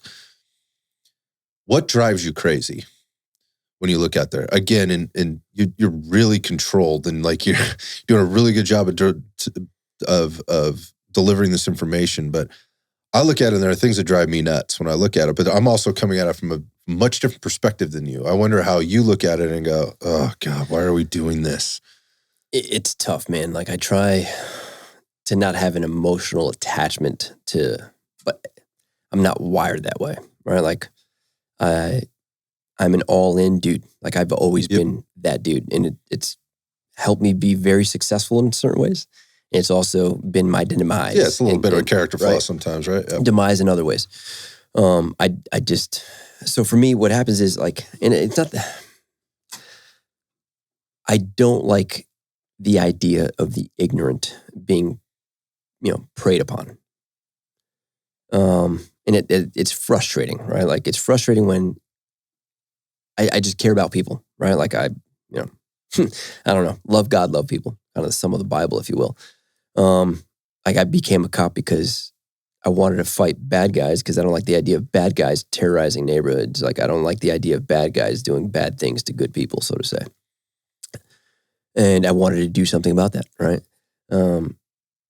Every victim, you know, in my 17-year career, I was able to buy back sick time. So the contract that I had at the department that I was at, you could basically, if you didn't book off sick, you can accumulate your unused sick time and you can, you know, toward the latter part of your career, as long as you've done at least 15 years, you can cash that back in, right? So over the course of my career, over the course of my, you know, professional career as a law enforcement officer, over the course of my life as just a dude, like every victim I've ever met always outsourced their ability to defend themselves and others. right? Like the victims, they outsourced their self-defense, right? They weren't self-reliant in their ability to defend themselves or others, right? So like now, when every 10th of a second count, let alone seconds, like they've got to call 911 and now cops are minutes away, which that's a lifetime, dude. And what frustrates me is like there's in the industry, like I'm trying to bring a degree of awareness and a practical approach to self-defense.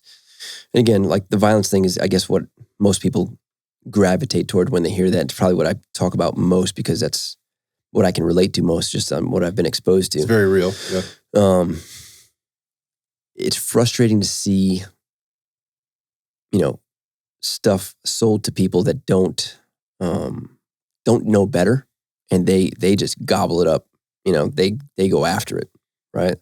And they're spending an absorbent amount of time and money, and I mean, goodness, time more so than anything else, right? Because like you can always make more money. You can't always make more time. You can't make more time. Like it's finite. And you see people just like they jump head into it, man. Like bad information is that for what we're talking about, right? Bad information get people killed. Bad information just gets people killed. And what happens is in the world of social media, everyone's an expert, right? Like it's real. Like there's no, like what qualifications do you need to be an Instagram instructor? Right? Zero like barrier of entry. You don't have to have. There's no testing. There's no qualifications. There's no board that sits above and says like yay or nay. And there's pluses and minuses to that too. But yeah, no, without a doubt. Yeah. But I mean, there's no like. So like if the community itself doesn't police itself, then you run into those issues. Now, how that's done is, that like on an individual basis, we see it done different ways. A side of me is like certain things need to be called out. And on the other side of me is like, I think there's ways of doing it, right? Like there's ways, I think the best way to call dudes out is by just preaching the truth. Mm-hmm. Like I don't have to expose your lie by calling you out by name and specifically seeing you post a video and go back and then post another video trolling it kind of thing. Like that's not my thing necessarily. Or not necessarily, it's just not my thing. But I think the way you counter that without losing face and appearing to be, bitter or resentful or, I don't have as big a following as them, so I'm going to post this and try to take some, take their following kind of thing. Like I think we call that being toxic, David. Yeah.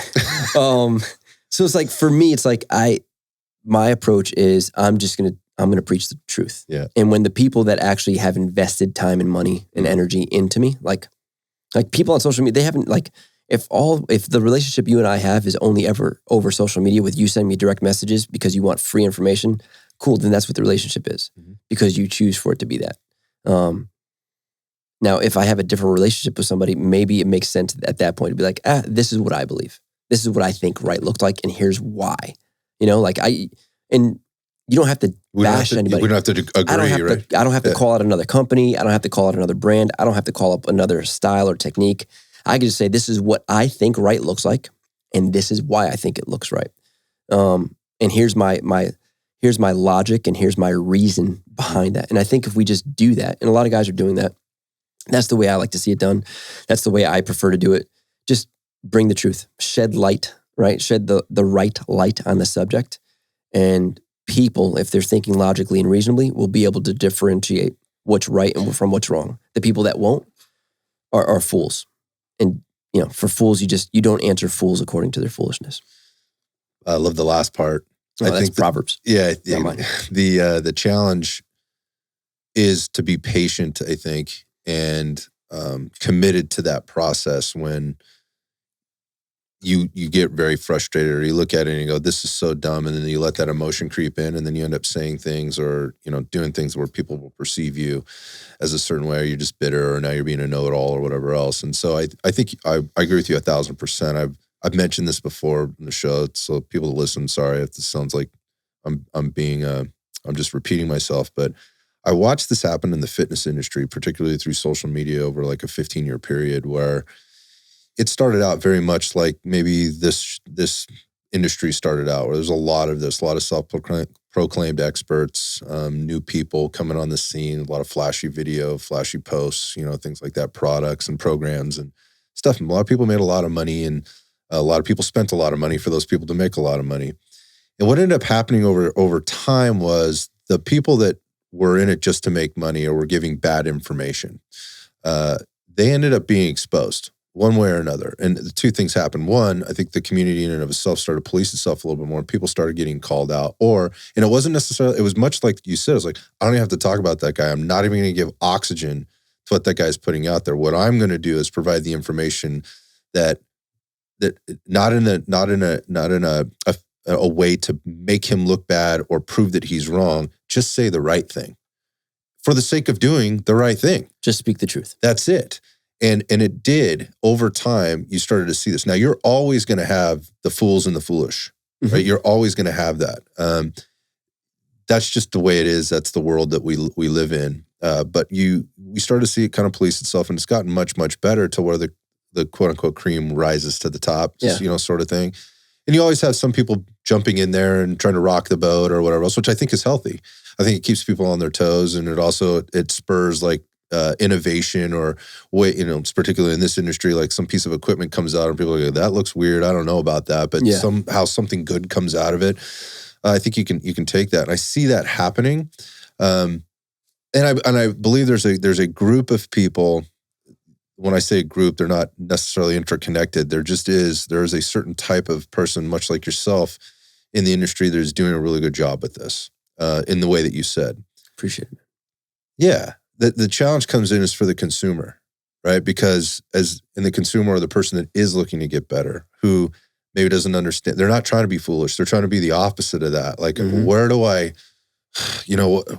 how do I trust this? Where do I get this? That's the hard part, I think, that where the patience piece comes in for those people that are trying to rise up, because a lot more people are going to have to wind up being tested and look foolish and make the $600, $800, $900 training seminar mistake, a couple of times, maybe even before they recognize like, whoa, I've fallen victim to some extent. I can't live like that. Right. But I chose this, so it's on me. But at the same time, they're going to have to go through that for a lot longer. Is there any advice that you can give those people now, right? That if they were listening to this for the first podcast they ever heard, right? As they're trying to maybe figure out, like, is this the right space for me to be in? Like, I'm kind of gun curious, or want to explore how to take care of myself better. What advice would you give them, knowing that their conscious incompetence is very high, and they recognize that right now, versus the unconscious incompetence where they don't know what they don't know? Yeah. Or maybe it spreads both. I don't know. Yeah, that's a good question. One of the things I always start my classes with is I tell people, intent is always prior to content, not devoid of context, right? And what I mean by that, it's not this deep philosophical thing. It's really not. It's just, when I learned how to write police reports, I learned I got to write like what I got dispatched to, right? When and where, who was involved, what happened, how it happened, potentially why it happened, right? Like who, what, when, where, why, how. And those are like universals. So when I say intent is prior to content, I tell people, like, when you see content is generally like the what I'm advocating for or against, and then how I'm advocating for it or against it, right? The what and the how. Ask yourself why. Like, what's the why behind the person that made, said content? What's the intent behind it? That intent is the why. And it could be more than just one why. It could be several, right? It could be like, hey, the primary, secondary, tertiary intent, right? But intent is always part of content. The content, the what and the how, and the why is the intent. The next thing that matters is context, right? Who does this apply to? When does it apply to them? And then where does this apply? Because if I, start speaking broadly as opposed to specifically, when we start talking about specifics, there's certain things that may not apply to you that apply to me, or vice versa, depending on who I am. It's a concept of individuality. Right? Yeah. Who am I? What am I doing? Where am I doing it? And when am I doing it? Like, whether it's environmentals, time of day, is it dark? Is it light? Like all those little things. this is why. So for me, I try to, like, when I advocate for a thing, I look at it from that perspective. When I make content, I try to be upfront, first and foremost, with here's the content, here's the why behind that, why I'm showing you this, why I'm making this, why I'm doing this, why I'm having you drill this or whatever, why I'm exposing you to this. And then here's where this applies so that you know where it doesn't, right? And I think guys that are doing things with honest intention will put that out there. What we start seeing is like the weirdness of just flashy content with no context, with the intent of spiking interest, which again, that's marketing, right? Like, sure, I get it. There's a time and place for this, I think. Yeah. So I just caution people when you're watching something, when you hear a resume, like ask yourself, contextually, does this apply to you? Like, now, if it doesn't apply to you and you just want to go LARP, then rock on. This is America. It's America. LARP, right? Like America. Do whatever you want. Go do it, man. Like, because you can't do this in China. So go do it. Just don't confuse what you're doing and why you're doing it. That's all. Like, I mean, and if you do, I mean, that's on you. But I try to caution, right? Like, if it was my brother, sister, son saying, hey, I want to go learn this thing or I want to go train with this based on seeing this, I think it just makes sense before you start spending, again, your time and your money, your energy, your resources to go do this. Unless it doesn't matter. If that's not a factor, then just do your thing. Like, I don't care. Like, you don't run a race. Like, I'm running a race. And in that race, there's no finish line, right? Like, when you're just, like, there's no finish line. There's no top of the mountain. There's no top of the ladder. It's just incremental improvement until I'm in the ground. That's it, right? Like, just, that's it. That's all there is. Anything else is really superficial because at any point in time, like, that doesn't become the reality. You just become stagnant once you get to wherever it is you're trying to go. Disillusioned. Yeah. So it's like, I think they need to look at it from that perspective and say, what's the intent here? You know, why does this apply to me? It doesn't really apply, but it's cool and I want to learn it and find later. Right. Just don't confuse that for something that it's not. You know, don't confuse that for something that's not. It's great advice, man. That was, I don't know what answer I thought I was going to get, but that's exactly what I wanted. I hope that's helpful for people. I hope so. Because I think it's a good time to kind of transition to kind of what you are doing with your business and how you're doing those very things, making it, you know, the intent and the context for the individuals that may be coming to see you. But I think, you know, as for people that are out there that are instructors or content creators, they should feel a responsibility to this. Yeah. To what you just said. It's not their responsibility on the other end on how that person perceives whatever it is that they're doing. But if they really did take that approach to it, and I said something there with regard to, hey, sometimes, you know, sometimes there's a time and place for a blooper reel or, you know, like a flashy thing or whatever, like just to show the human side of that you're, you know, if that's you. Right. If that's you and that's like you want people to know that about you or you feel that's a big part of you or people have, you know, that's part of your personality and your business and whatever else, and great, put that stuff out there. But like you said, don't confuse it for something that it's not. Like, I think it gives people sometimes, whoever's putting it out an opportunity to be humble, you know, sometimes and just kind of make fun of themselves, poke fun of themselves, but also give a little insight to who they are, which is why I really wanted to have you in here today to kind of give some insight to who you are and where you're coming from as we branch into this, you know, what's going on with the business and how you're delivering the business. Because I see there's a handful of people out there that are doing things very similar to you. And I look at them in a couple of different ways. So this is my take. Right? This is my take. They want to work with a very specific group of individuals, not that they're exclusive, right? But there's a certain type of individual they want to work with. And I'm not saying cops or military or, you know, some other government agency or just civilians or just women or just men or whatever. But there's something that they have in mind, right, as a business owner and who they're trying to deliver their content and their information to. I also see them doing it in a way where it's very controlled in how they put it out there. There's very little flash to any of it. And on top of that, they're not talking about resumes and backgrounds. I think what they're trying to do is connect with people in a way that resonates with what you just said. which is I'm going to give you some very specific information here. And maybe that resonates with you and maybe it doesn't. And if it doesn't, cool. I'm totally fine with that, right? If it doesn't resonate with you. But if it does, cool, I'm going to give you other stuff that maybe will continue to resonate with you. And if that happens long enough, maybe you'll come to the trough, right, to drink. So there's some water there. You're providing some content, but you're also not trying to teach them what it is that you're teaching them in a class, right, or in a particular session. Again, I think you can give snippets or tidbits. You have to provide context for whatever it is that you might be talking about in a post or in a video or whatever the heck it is that you're doing. It's a live or something like that.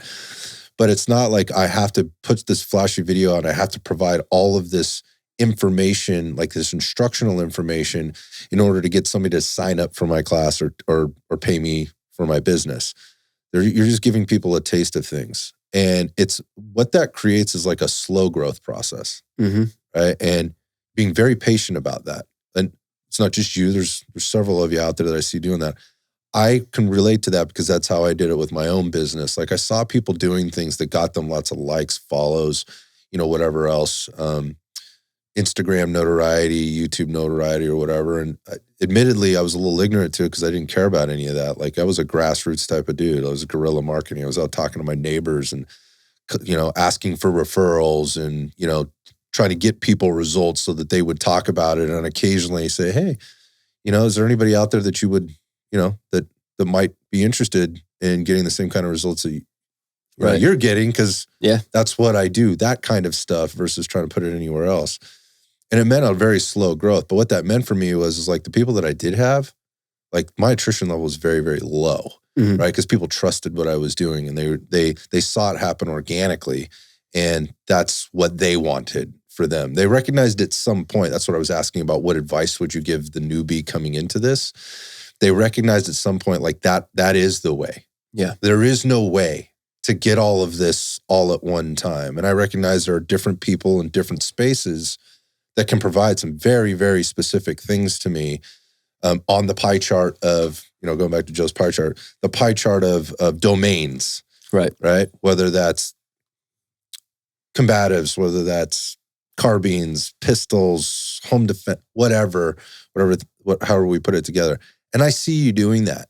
I see being very patient about it. Sometimes I feel like, I'm just gonna be honest, I feel like you may be holding back a little bit. Like there's more you maybe want to do, but you're not sure to do it. Can you talk to that a little bit? That was a lot of stuff for me. Sorry for people who are listening. It's good. I want to hear you say it. I just trying to find a way to kind of articulate it because I guess that's what I'm saying. Is like I feel like there's more for you to give, and you may be struggling a little bit to give it. I don't know. Maybe I'm wrong. No.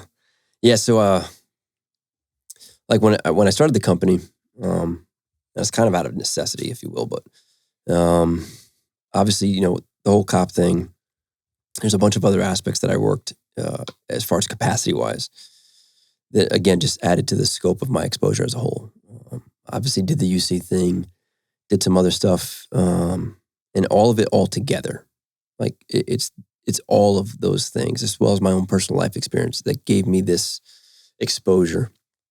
And with the company side, it's like, hey man, like I do believe in, like if we look back at the country, like a long time ago, from now, or at least what it feels like, we were a nation of like producers, far more self-reliant than we are now.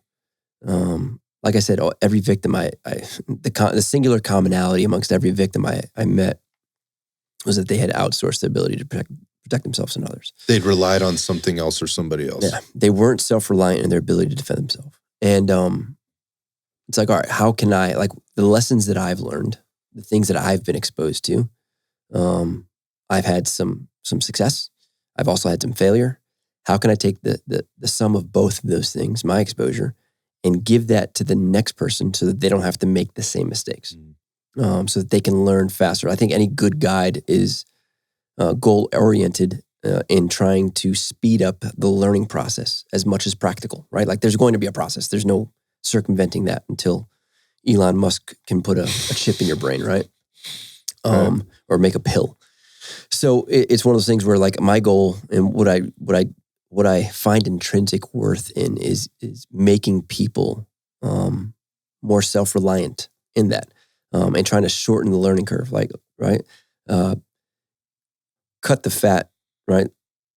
Separate the bone, the sinew, and like just give them the straight up meat. Like, here's what you need based on the time that you have, right? Like, I don't have 50 years to only study one martial art to become the master in that one thing. And even if I did, how much of that is relevant to what I need, right? What I want to do and what I need to do don't always align. And what does that take away from the other things that you also need to do Time. and want to do? Yeah. Time is limited. Like if I need, right, you look at cops, right? Like cops, you think about what Great they're example. asked to do, man. Like, goodness gracious, like come game day, depending on how that unfolds, I've got to drive like Mario Andretti, right? I've got to be as articulate as an English grammar major. I've got to know the law better than the attorneys and the DAs. I've got to be a grandmaster USPSA shooter, right? But before it gets there, I've got to be a track star and be able to fight like Conor McGregor, right? And that's in one shift.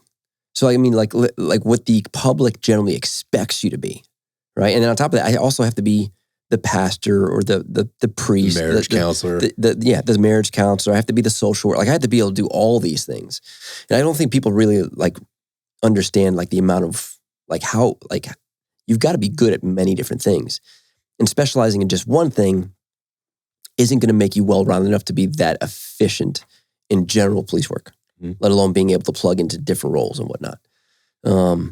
So it's like when I look at it from that perspective, I say, okay, what's practical for the civilian, right? Like there's certain things that are, relevant to cops that aren't necessarily relevant to civilians, but what can, from my personal experience, like doing a lot of the stuff that I had to do, like involve me being in a very small group or just by myself.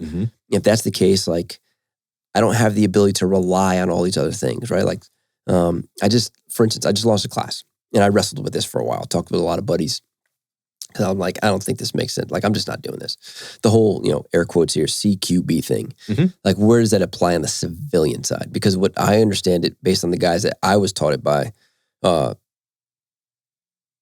don't see the civilian application for it outside of, like a foreign country invading our land. Outside of that, I don't see it unless you're just doing criminal behavior, right? I mean, I did it for a while. This like when I was at a fugitive task force for a good 4 years.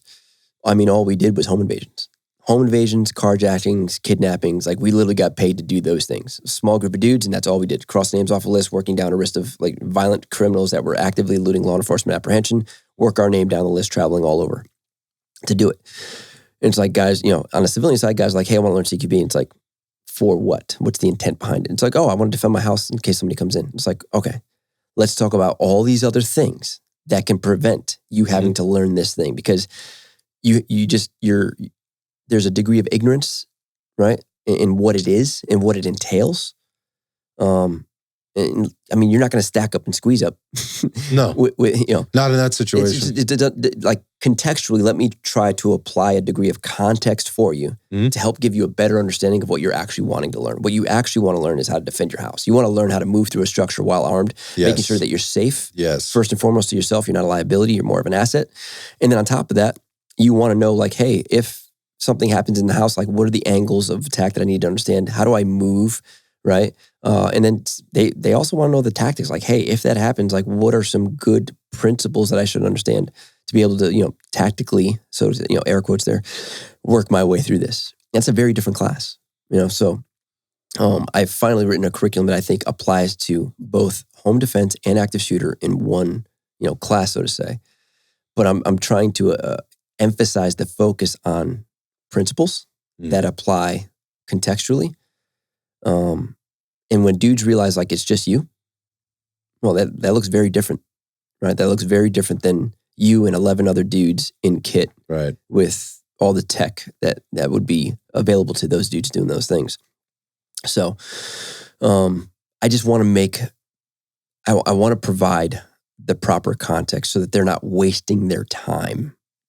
Now, again, if you want to LARP, like go, like I'm not hating, and I almost feel like that term LARP is, derogatory nowadays, but dude, that's up to the individual how they want to take it. If you want to do it, then go do it. Like, I don't care. If you want to go play war games and you want to have all the kit, like, dude, do it. Like you said, let's just call it what it is. I don't care. It doesn't bother me. Like, go do it. Just don't confuse, I personally would rather see you do things that, like, spend your time and energy on things that are actually going to be applicable. Like what's actually going to protect you and your family. You know, like you're stronger when it's you and 11 other dudes. Oh, man, I'm the same. Like, hey, all that money and time you're spending doing that, go to the gym, dude. Yeah. How about you work out, right? Like, how about when we look at like, you know, and then you start, that drives right into the capability role. Like guys are like, I want to be more capable, or, you know, what capability is. And it's like, the way I look at capability is not just like how violent you are or how, you know, how good you are at, you know, a specific thing. Like how good, like as a man, how good are you? Like how good of a husband are you? How good of a father are you? How good of a brother are you? How good of a son are you? How good of a neighbor are you? How good of a citizen are you? Right? Like, can you do all those things well? Like, what does that look like spiritually, emotionally, physically, mentally, spiritually, right? Like financially, right? There's a lot to balance, and it becomes easy to emphasize all your focus in one direction. Yeah, overcompensate. Right? I'm only gonna. I want to be a power lifter. That's all I'm gonna do. Like, if that's what you want to do, then do that. But understand, you dedicating everything to that is going to make you weaker in these other things. So I think it's on an individual basis. You need to ask yourself, like, what do I want? Cool. Identify that. Great. What do you need? And then find the balance, find the happy medium between those two things. And that's kind of the perspective I try to bring to the people that I have influence, so to say, over through my business, right? Like I want to build something that is organic. I want to build something that has significance and worth. Because I mean, I don't know. I feel like I became a cop because I wanted to help people, right? Like they were incapable of, you know, protecting themselves. So I did everything I can to make myself as capable as I possibly could with the time, the energy, resources, available to me at the time. And even still now, right? Still pursuing that. Like I said, it'll never stop. But it's like, there's not enough, right? Like everywhere to do that for everyone. No. Nor like, it's really not helping anybody. Like I look at it now that I have, maybe it's because I'm a father now. It's like, okay, yeah, can I protect my kid? I'd say yes. I'm confident in that. Can I get better? 100%. And I will. But how long does that last for? Yep. Like if I really care about him, I'm going to make him self-reliant. He needs to be able to do that for himself. Yes. I need to get him to a point where he doesn't, you know, rely on me to defend him. Whether it's, again, and that goes back to the whole, you know, emotionally, mentally, physically, spiritually, financially, all those things. All of those things. Everything. Like how do I, like, you know, now taking that model, what I'm trying to do with my little guy, I mean, it doesn't apply. Like if I care about you as a citizen, as I care about you as a neighbor, like why would I not do the same for you? Obviously, I'm doing it for my son. But from a business perspective, like I've always been the dude. It's like, hey, if you love your job, you'll never work a day in your life. You'll still work, but right, like that's not necessarily true. But I get what we're trying to say when we say that. I love helping people in that regard. I love talking about these things. If I can shorten the learning curve, if I can make you more capable, if I can pass on lessons that have been passed down to me by some phenomenal teachers, I'm going to pay homage and I'm going to do the same thing. And I'm going to make sure that the legacy continues. So again, if I have this information and it dies with me, where does it go? Yeah. You know, versus like, hey, those guys entrusted that information to me. And now I want to take that information, I want to pass it down to the next. And then hopefully in perpetuity, it'll continue, you know? But that's the goal with the business, to make people, you know, to just make good Americans better prepared to defend themselves and their families, and make them more self-reliant in their ability to defend themselves and others in every aspect of something that can harm them. And that's everything from financial to emotional, spiritual, physical, you know, all those things. Yeah, you start to build that confidence in just little ways, man. The momentum can really pick up. And if you're that person that doesn't do a good job of taking care of yourself, say emotionally, you know, you focus on the physical piece, it can really impact how you start taking care of yourself emotionally and vice versa. Yeah. Same with like, you know, defending your family, but also being financially solvent. You know, they're very, you know, go back to the health piece. It's all interrelated. And so balance. Yeah, it sounds like it. I mean, for some people listening, is like, dude, all I want to do is shoot. Okay, well then maybe David's not your guy. Yeah. You know, maybe he's not. Or all I want to do is jujitsu, and and I want to rest my laurels on that. And that's where I want to focus on my time. There is nothing wrong with that. You do that, right? Yeah. But again, I think there's people out there that are looking for a little bit something different and want. I'm gonna put it this way. And this is not to insult people that are consuming content, because I'm one of those guys too. I consume a lot of stuff that's out there, because I enjoy some of it's entertaining, some of it's very impactful, some of it's very valuable to me, and some of it just keeps me informed about what are all the things that are happening out there to some extent. And again, with context, news channels and things like that. I just like to hear and see what's the narrative of the day or the week, or the flavor for that matter. But I think there are intelligent people out there that get what you're saying. Hopefully. And they're not getting that message from a lot of other people. And it's hard to find the depth to which you just explained that in the 30-second Instagram reel or the post or the YouTube video or whatever else. And it's just coming at them all the time. There's so much to choose from. Yeah. But I personally, that is what I'm looking for. I'm looking for the person that is well-rounded and holistic. And guys are at different points of their journey, like in terms of their business or whatever. Like I'm at a different point in my journey, and the things that I do. Like I get there are certain things I've done. I don't want to do those anymore. There are certain things I want to do that I haven't experienced yet, and there's things that I need to do first in order to do that. So I think there are people that are in their journey that are looking for like a little bit more cerebral approach to this, not just I want to show up to the range, get 8 hours on the range this day, and I'm going to learn some new drills, some new skills, and be exposed to some things. It's more of a holistic approach that what I feel you putting out there. And I don't think I think you've even used that term, maybe not. I don't want to put words in your mouth, but it's a holistic approach to being ready. So you don't have to get ready some other way. Or when it's too late, or when you're in that altercation and now you're having the violence conversation in your head when you're in the parking lot, after hours or whatever, and now you're having to make some decisions and you're way behind the power curve. Going to the business piece and the things you're doing, you just mentioned, like you've come up with this, I think it's awesome. It's part of the journey. It's like, I had this thing, wasn't too sure about this thing. I had to go back, I had to rework it, and I've come up with this new class. What are some of the things you're doing? Like, what can people expect from you as we're working down you're going through your own journey here as through the business? I mean, there's some stuff going on in the background. I've got that I'm working on, some products that I think have merit. And again, I was talking to a buddy not too long ago, and just talking about the business side of the house, and kind of give me your interpretation of what you see when I do this or that, or just looking for a peer kind of how am I viewed from my peers, right? So to say. And dude was like, your brand is violence. And it's like, oh, that's not, I mean, well, I guess it could be a good thing, depending on what your understanding of violence is. 1,000%. This goes back to our earlier conversation. So it's, and it's just, I want to put it in proper perspective and have people, everybody that survived to tell the tale, so to say, always felt that, they felt like something was wrong and they just ignored it, kind of thing, Gavin you mean like the victim thing? Victims, yeah. And Gavin DeBecker talks about that deeply in his book, The Gift of Fear. I recommend that everybody reads that. That's like one of those things you should read in time if you want to be capable of being able to defend yourself and others. Like, that's an important piece on the software side of the house, the soft skills side of the house. But I've got stuff coming down the pipe as far as products that pertain specifically to that, to making you more capable. Cool. Right? That's going to make you more efficient if you need to do that.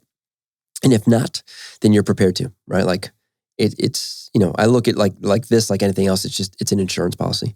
Like, hopefully I never have to use it. And if I don't, that's great, right? But what I don't want to do is find out that I need it and I don't have it. Mm-hmm. And now what, right? Like, what does that look like?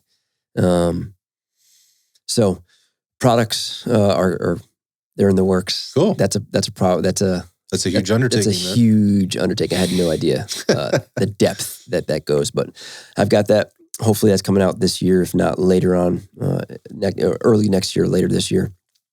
Several products. Classes wise, like just trying to see what makes sense for open enrollment stuff. Mm-hmm. And again, trying to provide things with a degree of context for on a broad scale, right? Like I'm not trying, I don't want to say that. It's difficult, right? Like if I don't want to say I'm not specializing, but right, like there's pros and cons of specializing. When you dive down the rabbit hole of specializing in a thing, one thing, you do so at the sacrifice of being good at all these other things. Yep. When I look at violent encounters, like what are the things you need to be good at, right? Like if we look at the scope of where violence happens, how it happens, when it happens, who it happens to, right? We look at all those things. It's like, all right, cool. What's like the baseline? Like what are the things that like at a bare minimum, What's the entry point? Yeah, I got to be able to do these things. Yeah. And then once I've balanced those things out, if I have some stuff that I want to dedicate a little more time to, and it's always going to be like the ebb and flow, right? Mhm. The minute I start doing more hypertrophy work, like I'm going to start probably losing stuff on this end, Yep. right? And the more I do cardiovascular work, the probably going to lose some on this So it end. makes the world go round. So it's constantly finding that balance and saying like, hey, where I'm at in life, maybe this makes more sense to allow it to be this way, right? I think the professional has a little more ability to specialize, right? The professional who's doing a specific job that knows like, hey, probability over possibility, I'm like, this is what I do 90% of the time.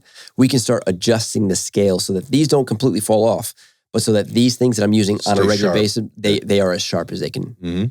practically be, right? And on the flip side, like on the Civ side, most people have no idea, but they see what the professional is doing and they want to be the professional. They want to be that guy, Yep. right? So now they try to mimic the same exact thing and don't realize they're doing so at a detriment because now in order to achieve that, right? In order to go to the top of that mountain, you're leaving all this other terrain, Yeah, right? Like you're leaving everything else. Tunnel vision, yeah. Yeah. So now what happens is you like come game day, you better pray to God that's how that goes. Because if it doesn't, you've left all these vulnerabilities, right? Like think about the like, let's go back to the martial arts thing. Think about the fighter, right? Like he knows he's training for a very specific fight. He knows 6 months from now he's fighting this guy and this guy's specialty is this. So he knows he has to up this for him. He knows I gotta build these weaknesses, right? And because that's where that fight's gonna go there. I don't want to stand up with that guy. No. I want to take that one right to the mat every time. Right. So yeah, and then you may not have control of that. So you may have to up that specific deficiency. But in order to do that, you're going like you only have so much time and energy. Right. So now going back to balancing those scales, right? Like it's almost like a soundboard over there. When I do this, I lose this. So I got to bring that up. It's like, you know, like supplements, like medicine or whatever. I take this and it's like at the sacrifice of may cause. So you gotta supplement it with all these 500 other things. So what happens is civilians, they, what I found is it becomes this fanboyism, for lack of better terms, like, wow, that's really awesome. That guy's really good at that. I want to be just like that guy. Not realizing that guy is specializing for a very specific thing because he plays a very specific role at a very specific place at a very specific time, So classes wise, I try to orient the classes towards giving them a broad spectrum understanding of this is what you need to know. And here's why, right? Like if we're talking about self-defense as a civilian, like this is how and why. Skills wise, like nothing changes. What generally changes is, what you're going to build your baseline level of competency, right? Like what your layout looks like, what this looks like. And then, emphasis and focus on building both hard and soft skills. Yeah, there's like a compass there. You have to understand what direction you're going at all times. Here's the balance, right? Like I take a guy that's like a world-class fighter. Like he will destroy anyone in front of him, period. Whoever that guy is. But I don't so hardware-wise, like the hard skills-wise, I should say, hard skills, the dude's a phenom. He will crush everyone and everything.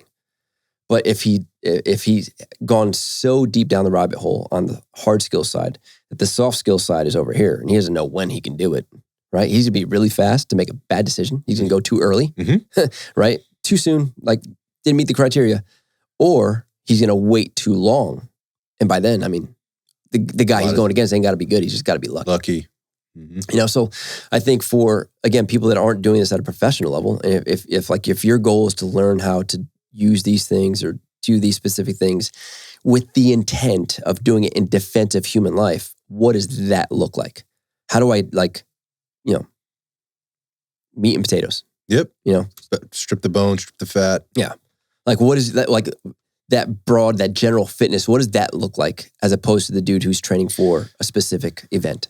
I still, I think for a lot of people, they're still trying to maybe define what that is because they're discovering things as they go. Yeah. Right. But at the same time, you got a lot of people that are being blinded because they're just chasing after one thing, and they have tunnel vision and they're not seeing all these other things yet.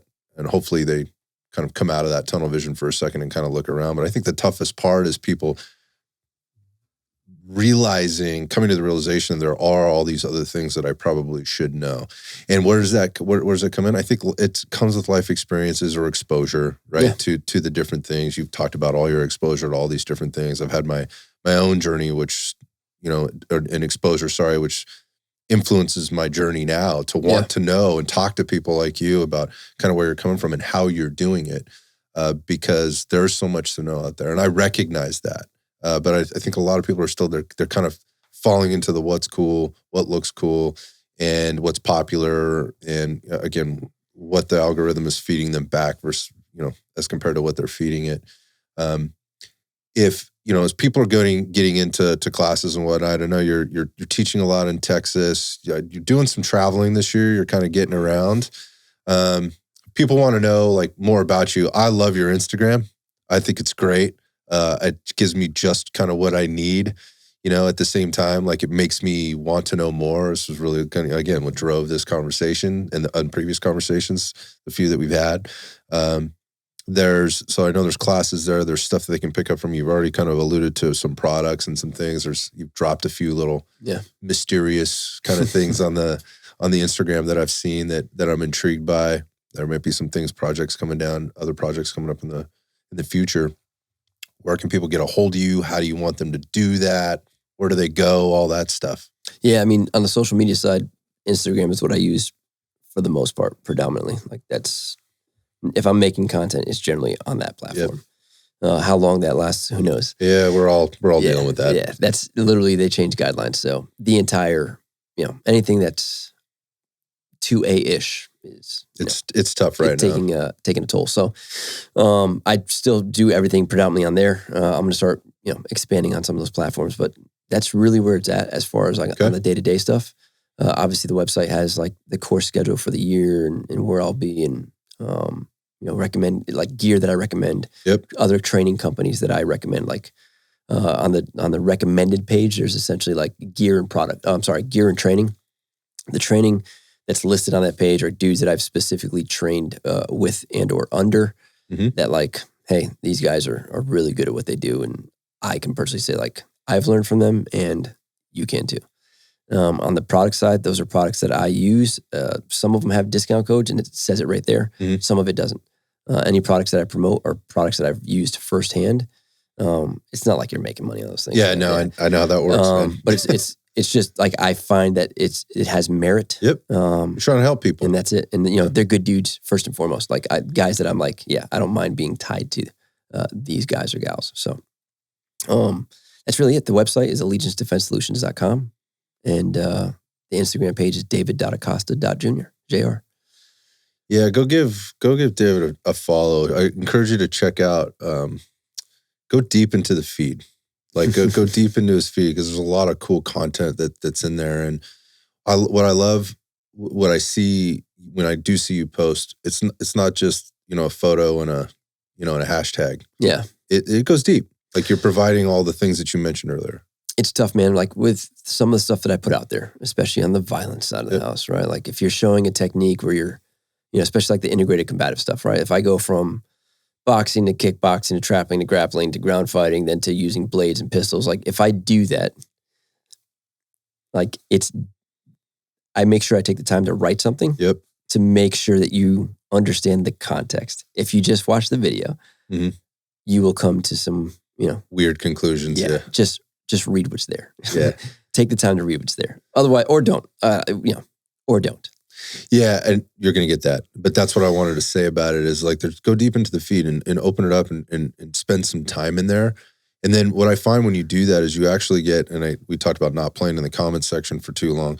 I actually do find there's some really intelligent conversation that goes on in the comments section of your posts. I will match dude's effort. If they comment on something that's genuine with like they're actually trying to understand something, Mhm.